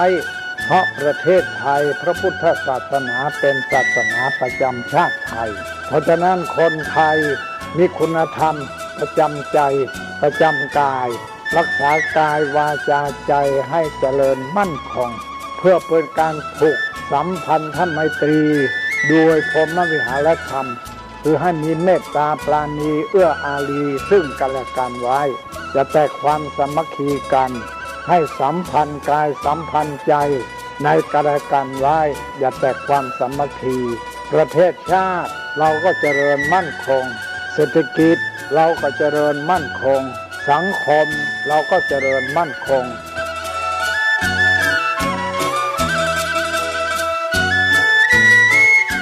ธรรมะข้อคิดจากพระเดชพระคุณท่านเจ้าคุณพระเทพวิสุทธิคุณด้วยความปรารถนาดีจากสถานีวิทยุพระพุทธศาสนาคลื่นธรรมะเพื่อประชาชน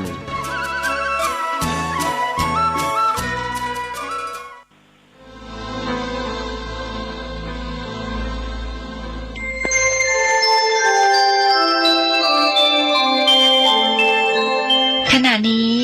ท่านกำลังฟังสถานีวิทยุกระจายเสียง FM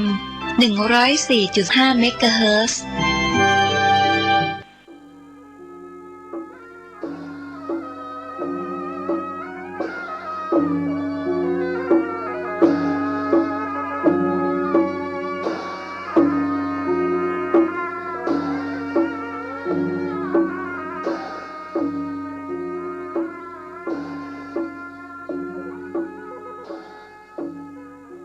ขอความกรุณาธรรม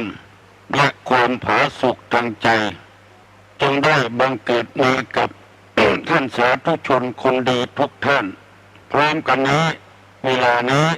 ขอยกมือกราบอาราธนาพระคุณพระศรีรัตนตรัยคือคุณของพระพุทธพระธรรมพระสงฆ์คุณของบิดามารดาผู้ให้กำเนิดคุณของครูบาอาจารย์ผู้ประสิทธิ์ประสาทวิชาความรู้สิ่งศักดิ์สิทธิ์ทั้งหลายมีพระบรมธาตุเจ้าโดยสุเทพและครูบาเจ้าศรีวิจัยเป็นต้น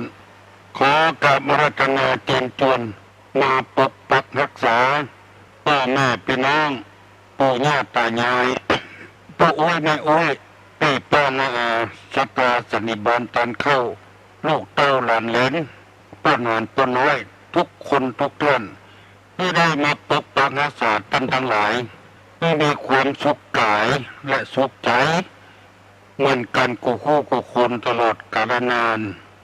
แต่คืนนี้ฝนตกเลยเป็นวัดไอขึ้นมาแถม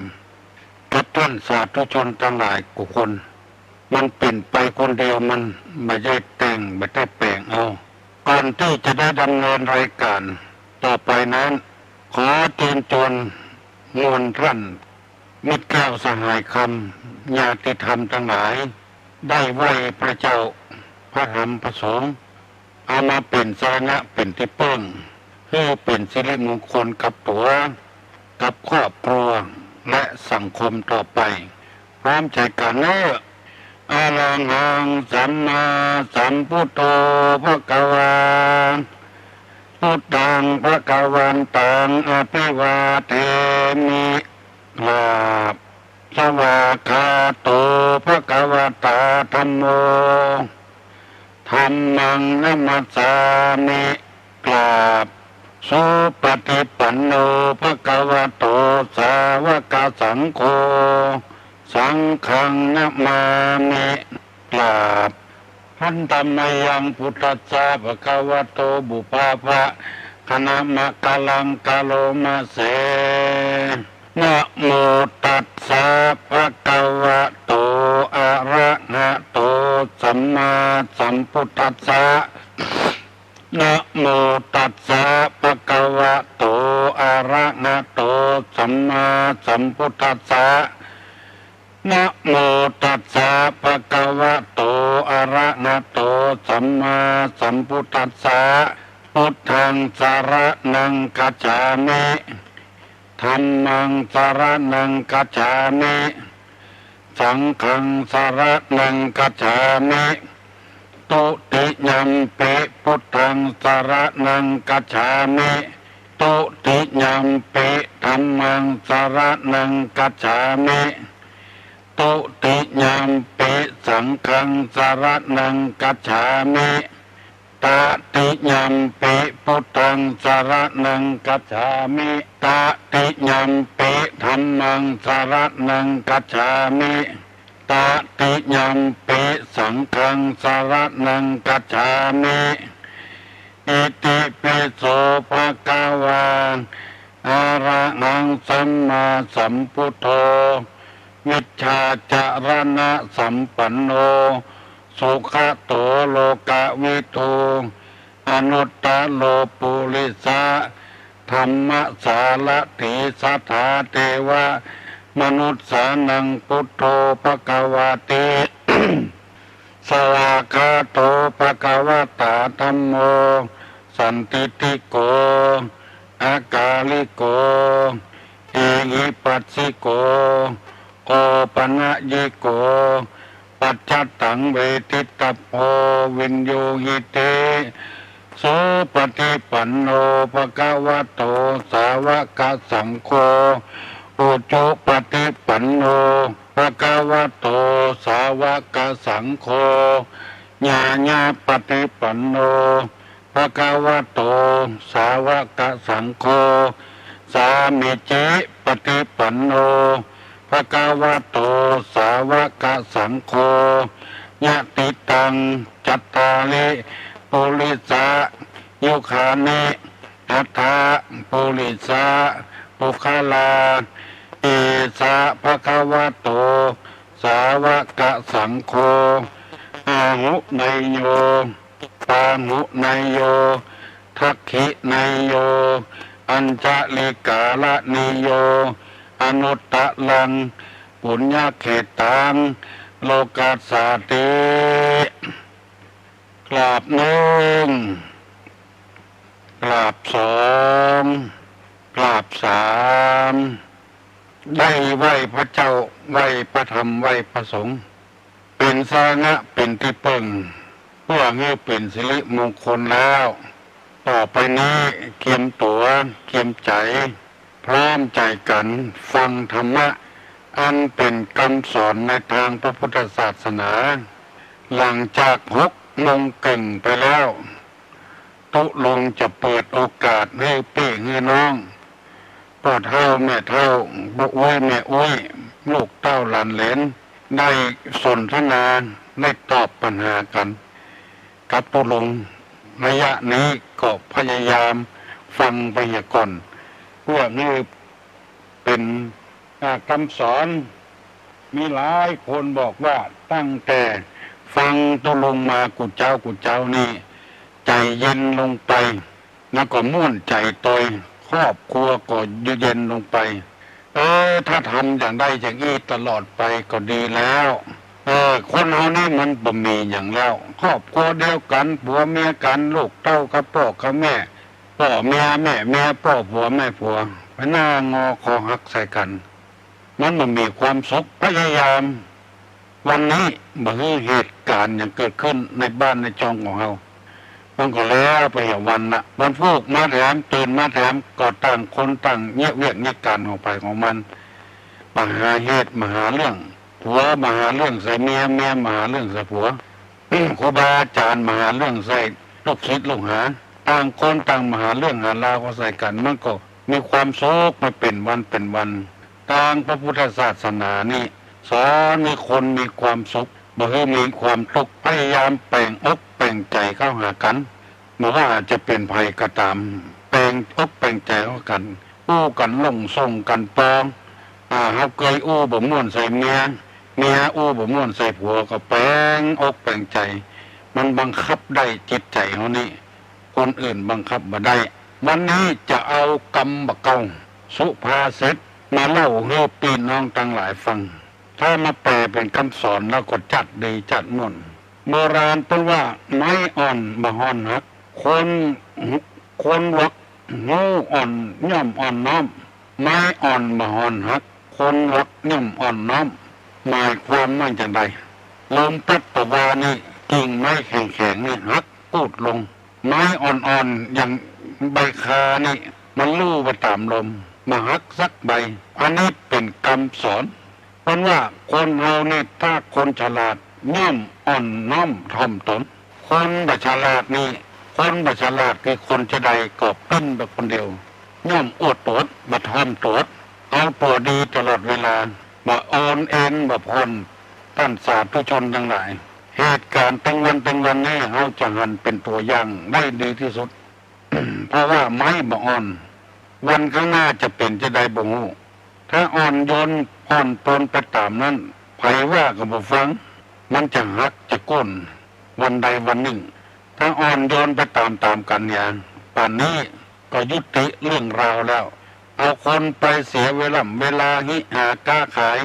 พ่อค้าแม่ขายก็เดือดร้อนบัดได้ขายข้าวขายของต้องปิดตลาดปิดโรงงานต้องปิดการประกอบอาชีพเสี่ยงไปเป็น2 วัน 3 วันเสียเวลาเสียการเสียงานคนเราอยู่กับกันบอกว่าจะเป็นลูกศิษย์ลูกหา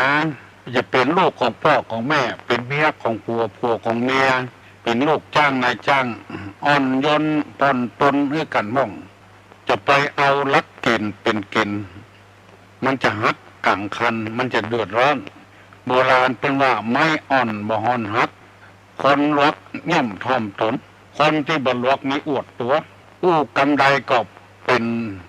กรรมของเปิ้นในพุทธประเสียงเปิ้นนี่บ่มีความหมายซากจังตัวเองนี่ดีหมดเด่นหมดผัวกระด้างกระเดืองต่อเมียกระด้างกระเดืองต่อผัวพี่น้องวงศาคณาญาติพระสงฆ์พระเจ้าว่ายากสอนยากประพฤติผิดศีลผิดธรรมผิดจารีตประเพณีวัฒนธรรมกฎมหาเถรสมาคมชาวบ้านชาวเมืองผิดกฎหมายตั้งวันนี้กฎหมายออกมาเปลี่ยนแปลงตลอดเวลาก็เพราะว่าคนกระด้างกระเดืองทำให้เสียชื่อเสียเสียงเสียสะพะสะปืนบดีบดักกับผ้าเหลืองเอาใจตัวเองว่าบดีบดักกับกฎหมายบ้านกฎหมายเมืองไม้เป็นต้นอยู่ในแพร่ในป่าพ่อเฮาก็บ่ได้ปลูกแม่เฮาก็บ่ได้ปลูกไว้น้ำก็บ่ได้หดปุ๋ยก็บ่ได้ใส่ให้เพิ่นไปลักตัดของเพิ่นหมดไปเป็นลงเพราะว่าไม้แข็งกระด้างกระเดืองต่อกฎหมายบ้านกฎหมายเมืองกรรมนี้เพิ่นแปลงออกมาเพื่อจะให้คนเฮาได้เป็นคนอ่อนโยนผ่อนปลนให้กันฟังกรรมกันจะไปแข่งกระด้างกระเดืองตีตุลงนำมาอู้นี้บ่ได้ว่าไผคนใดคนหนึ่งจะไปเข้าใจผิดนำมาเสนอให้ฟังเพื่อชมชนเราจะได้เข้มแข็งขึ้นฟังกรรมกันขึ้นเป็นชาวบ้านชาวจองราษฎรธรรมดาก็ฟังกรรมแก่กรรมแขว้นกรรมใดที่มันบดีบดักชาวบ้านชาวเมืองบอกแก่แขว้นก็อ่อนน้อมถ่อมตนวัยของคนนี่มันมีหลายอย่างอาวุโสของคนมีหลายอย่าง 1. วัยวุฒโธ 2. ชาติวุฒโธ 3. คุณวุฒโธ 1. เจริญโดยวัยอายุนัก 2. มีคุณสมบัตินักมีศีลมีธรรมนักได้เป็นใหญ่เป็นโตมีคุณสมบัติแล้วก็อันที่ 3. ชาติวุฒโธเกิดในตระกูลสงฆ์เพราะฉะนั้นจะต้องเคารพตามลำดับชั้นถึงเราจะเป็นใหญ่เป็นโตในบ้านในตำบลในวัดในบาร์ก็ตามแต่ว่าเป็นอายุสูงกว่าเฮาก็มีอยู่เป็นเกิดก่อนเฮาถึงจะบ่มีความรู้อะไรอย่างก็ชื่อว่าเป็นเกิดก่อนเฮาหันตะวันก่อนเฮาถึงเพิ่นจะบ่มีความรู้อย่างแต่เพิ่นเกิดในตระกูลสงฆ์ตระกูลเจ้าตระกูลนายหมู่นี้เป็นต้นถึงเขาจะเป็นคนที่มีอายุสูงแต่ว่าคุณสมบัติเพิ่นนักเพิ่นได้อันนั้นเพิ่นได้อันนี้เพิ่นได้เป็นนั้นเป็นนี้ก็ควรเคารพยำเก่งกันฝากฝังไว้ให้คิดให้พิจารณาอย่าไปคิดว่ามาโจมตีมาว่าคนนั้นคนนี้ คนเรานี่ส่วนมากยังตัดมือเปิ่นท่านตรวจตัวลงว่าอย่างออกไปฟังแล้วตัวลงด่าออกวิทยุหันถูกยังมาฟังเนี่ยว่าตัวลงด่าแต่เหมาะมันเข้าใจผิดอย่างเงี้ยขอจะไปกึดนัก วันนี้จะได้นำเอาคำที่ว่าคุณสมบัติของผู้นำนี่ที่ว่าไว้ตะวา6 ข้อด้วยกันได้อธิบายไปได้3 ข้อยังแถม3 ข้อจะมาลืมทำไมคุณสมบัติของผู้นำนี้ 1. มีความอดทน 2. มีความตื่นตัว 3. มีความขยัน 4. มีความเอื้อเฟื้อเผื่อแผ่ 5. มีความเอ็นดู 6. มีความหวังดีได้นำมาเสนอพี่น้องทั้งหลายอธิบายไปได้3 ข้อเวลามันหมดไปเหี่ยก่อนยังเหลือแถม3 ข้อวันนี้เก็บตัวดีๆนะออกอากาศสดนะมาใจว่าอัดเทปอัดซีดีอย่างมาอัดบาได้อัดหรือว่าออกอากาศสดๆมันเป็นบุญอย่างหนึ่งที่เรียกว่าธรรมทานเมื่อทำเป็นทานนี่เป็นบุญนี่มันบักแข็งแรงก็ได้คนเดียวนี่คนทั้งหมู่นี่บักให้ไม่ไผ่มองหันแต่คนทั้งหมู่นี่คือคนเดียวนี่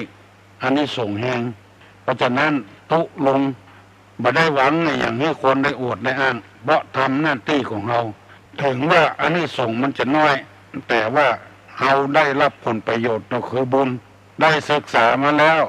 ได้ปฏิบัติมาแล้วได้หูได้หันมาแล้วเอาเผยแพร่ให้แก่คนที่บ่เคยได้หูได้หันบ่เคยได้ยินผลบุญก็จะสนองคนเดียวมันบ่นักก็น้อยเราบ่คิดว่าจะสนองในชาตินี้ชาติใดก็ตามจะให้พ่อแม่พี่น้องทั้งหลายได้ฟังข้อที่ 3ได้อธิบายไปแล้วข้อที่ 4มีความเอื้อเฟื้อเผื่อแผ่ผู้นำนี้จะต้องเป็นคนใจกว้างใจบ่แคบจะเป็นไผก็ตามที่เป็นผู้นำเป็นแก่บ้านบ่ได้หันแก่ครอบครัวบ่ได้หันแก่พวกพ้องพี่น้องตั้งผัวตั้งเมียกันอย่างการหมู่นี้เป็นต้นครอบครัวเดียวกันต้องเอื้อเฟื้อเผื่อแผ่ฮักเมื่อเสมอกันฮักครอบครัวต่อใดฮักลูกฮักเมียต่อใดฮักชาวบ้านต่ออันเป็นตัวเจ้าก็ไม่ใช่ว่าขึ้นเฮือนหลังนั้น2 หลัง 3 หลังต้องเอื้อเฟื้อเผื่อแผ่ทั่วหมดเขตของศรัทธาของวัดไผ่วัดมันอันนี้ที่ว่าผู้นำที่ดีบางตัวนี่ขึ้นเฮือนหมอนั้นไปจะล็อกแล้วคนอื่นก็มองคนนี่มันถึงมองกันหลวง มองมันใช่มองดีนะมองที่หายนะเพราะฉะนั้นหัวหน้านี่ต้องเป็นคนที่จะเป็นครูบาอาจารย์ก็ตามฮักนักเรียนเต้าเดียวกันเป็นหมอเป็นพยาบาลก็ฮักคนไข้เต้าเดียวกันเป็นตู้หลวงทุกเจ้าอาวาสก็ฮักชาวบ้านเต้าเดียวกันเป็นหัวหน้าคนงานฮักลูกน้องเต้าเดียวกันเพื่อเฟื้อเผื่อแผ่ฮือก็ฮือเหมือนกันหมดถ้าบ่ฮือก็บ่ฮือสักคนฮือหมอหนึ่งยังหมอหนึ่งมันคนน่ะไปแจ้งเหมือนกับอย่างอื่นสิ่งสารสัตว์มันพอแล้วมันเก็บใส่ใจไว้มันแค้นใจมันน้อยใจมันหาโอกาส ลองมาไปสังเกตพอคนซื้อครัวนะซื้อเสื้อก็ดีซื้อกางเกงก็ดีซื้อผ้าห่มก็ดีเลือกย้อนนะเป็นไปเป็นมาเลือกสีเลือกในอย่างงามก็บอกงามเปิงใจก็บอกเปิงใจกันเปิ้นขายพระเจ้าว่าเก็บและจังเอาใส่ถุงเซี่ยวๆรับมาได้ต้องพอให้ก่อนพอปิ้นไปปิ้นมาให้ก่อนพอที่มันบดีนะที่เป็นหูกาที่มันจำกาเป็นบะเต้าบะแตงอันนี้เดียวกันนะกินส้มเปิ้นห่อไว้ก็ยังกำมันแยงอยู่ยังเตะของเปิ้นนำอยู่มาโถเน่าเอิบเนี่ยมาโถเน่าเอิบที่เป็นห่อเป็นมันจะตายยังเตะของเปิ้นอยู่หันว่ามันนักกันมันน้อยกันเพราะฉะนั้นการทำมือคนเนี่ยมือได้เสมอกันในฐานะที่เขาเป็นหัวหน้าคนเป็นพ่อของคนเป็นแม่ของคนฮักลูกก็ฮักเท่าเดียวกันถ้าฮักบัดเท่าเดียวกันก็เดือดร้อนดังที่ตุลงกอยอุ้งฟังมีครอบครัวหนึ่งมีลูก2 คนปัจจัยถึง2พ่อกับแม่นี่บ่เอื้อเฟื้อเผื่อแผ่บัดเท่ากันฮักน้องเหลืออ้ายละอ่อนอายุ3 ขวบ 4 ขวบถ้าน้องให้พ่อกับแม่ไผ่กันก่อนก็เอาอ้ายบุญก่อนเตื้อก็เป็นความผิดอยู่ที่น้องแต่เขียนอ้ายอาหารการกินเหมือนกันแบ่งบัดเท่าเดียวกันเอาน้องนักกว่าอ้ายได้กินนักละกินมาเมินละน้องบ่ได้กินผ้าครัวก็เหมือนกันเนี่ยอย่างเงี้ยละอ่อนอายุ3-4 ขวบนึกใจละแค้นกับพ่อกับแม่เนี่ยจะได้เอื้อเฟื้อเผื่อแผ่บ่เท่ากันเมื่อดูแต่ก่อนนี้มีกระเฮาคนเดียวดูตั้งกินดูตั้งใจผ้าผ่อนต้นสบายของเล่นในอย่างพ่อแม่ก็ซื้อเมื่อเดือนนี้ซื้อกันน้องคิดจะฆ่าน้องล่ะเนี่ยหาเวลาหาโอกาสวันหนึ่งแม่มันนอนรับเมื่อวันไงลักเอายาพิษชนิดหนึ่งไปทาที่น้องมันจังดูดนะเนี่ยน้องจังดูดนะจะว่าไปก็มันเติกกับเป็นตัวเจ้าเนี่ยมันน้องมันจังดูดของแม่มันนะอันนั้นทาไว้แล้วแม่มันก็มาอาบน้ำแล้วกำว่าเข้าไปนอนเมื่อคืนน่ะจะให้น้องมันดูดยาพิษตื่นขึ้นมาเมื่อเจ้าปรากฏว่าพ่อมันตายไม่เห็นก่อน น้องมาตายสักกรรมอันเนี้ยบ่เอื้อเฟื้อเผื่อแผ่มันเต้าเดียวกันเป็นหัวหน้าคนต้องเอื้อเฟื้อเผื่อแผ่แบ่งสตางค์กับแบ่งเต้ากันหมอนี่นะทำงานนักหมอนี่ทำงานน้อยบ่ได้ใจคนนี่มันเหมือนกันหมดนักก็เฮือน้อยก็เฮือเต้าเดียวกันเฉลี่ยเต้าเดียวกันอันนี้ถูกต้อง นี่ในฐานะที่เป็นผู้นำนี่มันจะได้เงินได้ทองเนี่ยนะเป็นผู้นำคนนะอันนี้เรียกว่าเอื้อเฟื้อเผื่อแผ่2มีความเอ็นดู เอาใจเขาก็สงสารเขาเอ็นดูเขาฮักเขาคิดจะให้พ้นทุกข์ปรารถนาจะให้มีความสุขคิดจะให้พ้นความทุกข์มีพระผืนเดียวสิ้นผืนเดียวเตียวผืนเดียวเสื้อผืนเดียวมีความเอ็นดูไปเสาะหามาให้อันนี้ผู้นำจะต้องเป็นคนนี้อดข้าวปลาอาหารอดมื้อกินมื้อ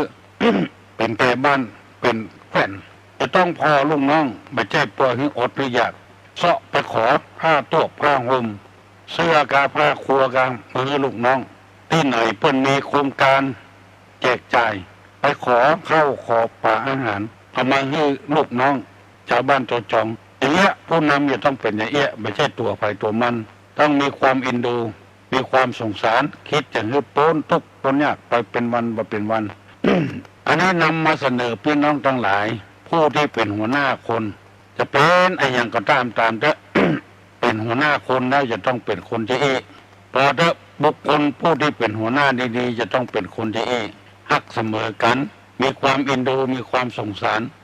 หวังดีกับกันบ่หวังให้บ่หวังปล่อยปละละเลยไปเลยตัวลงนี่มีความเอ็นดูสงสารประเดี๋ยวนี้ประชุมคณะสงฆ์ในวัดแปลงโครงการขึ้นมาทำโครงการหนึ่งในวัดนะวัดโสปนารามเนี่ยอยากจะให้ตัวเจ้าพระนายวัดต่างๆได้เรียนแบบเพราะว่าเป็นผู้นำอยู่แล้วโครงการใหม่ของตัวลงในโครงการนำคนดีเข้าสู่สังคมเป็นโครงการใหม่ๆที่วัดไหนแบบเนี้ยแต่ตัวลงเนี้ยโครงการนำคนดีเข้าสู่สังคมนั่นก็คือลูกไผ่ก็จ้างหลานไผ่ก็จ้างที่เผลอเลอไปปฏิดขอกติดขังไปจำจองกายาบ้าพ่องนายพ่องแล้วเขาได้ออกมาวันใดไปถามพ่อถามแม่เขาจะบอกวันนั้นเวลานั้นจะปลาพระสงฆ์ในวัดนี่นะ ลงเครื่องสืบชะตาเขาออกมา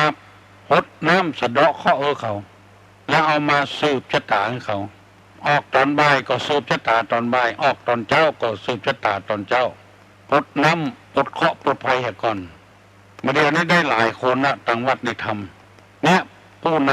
ำจะว่าเป็นคนดีก็ไม่ใช่จะว่าอวดตัวธรรมะจะต้องมีความเอ็นดูสงสารเอื้อเฟื้อเผื่อแผ่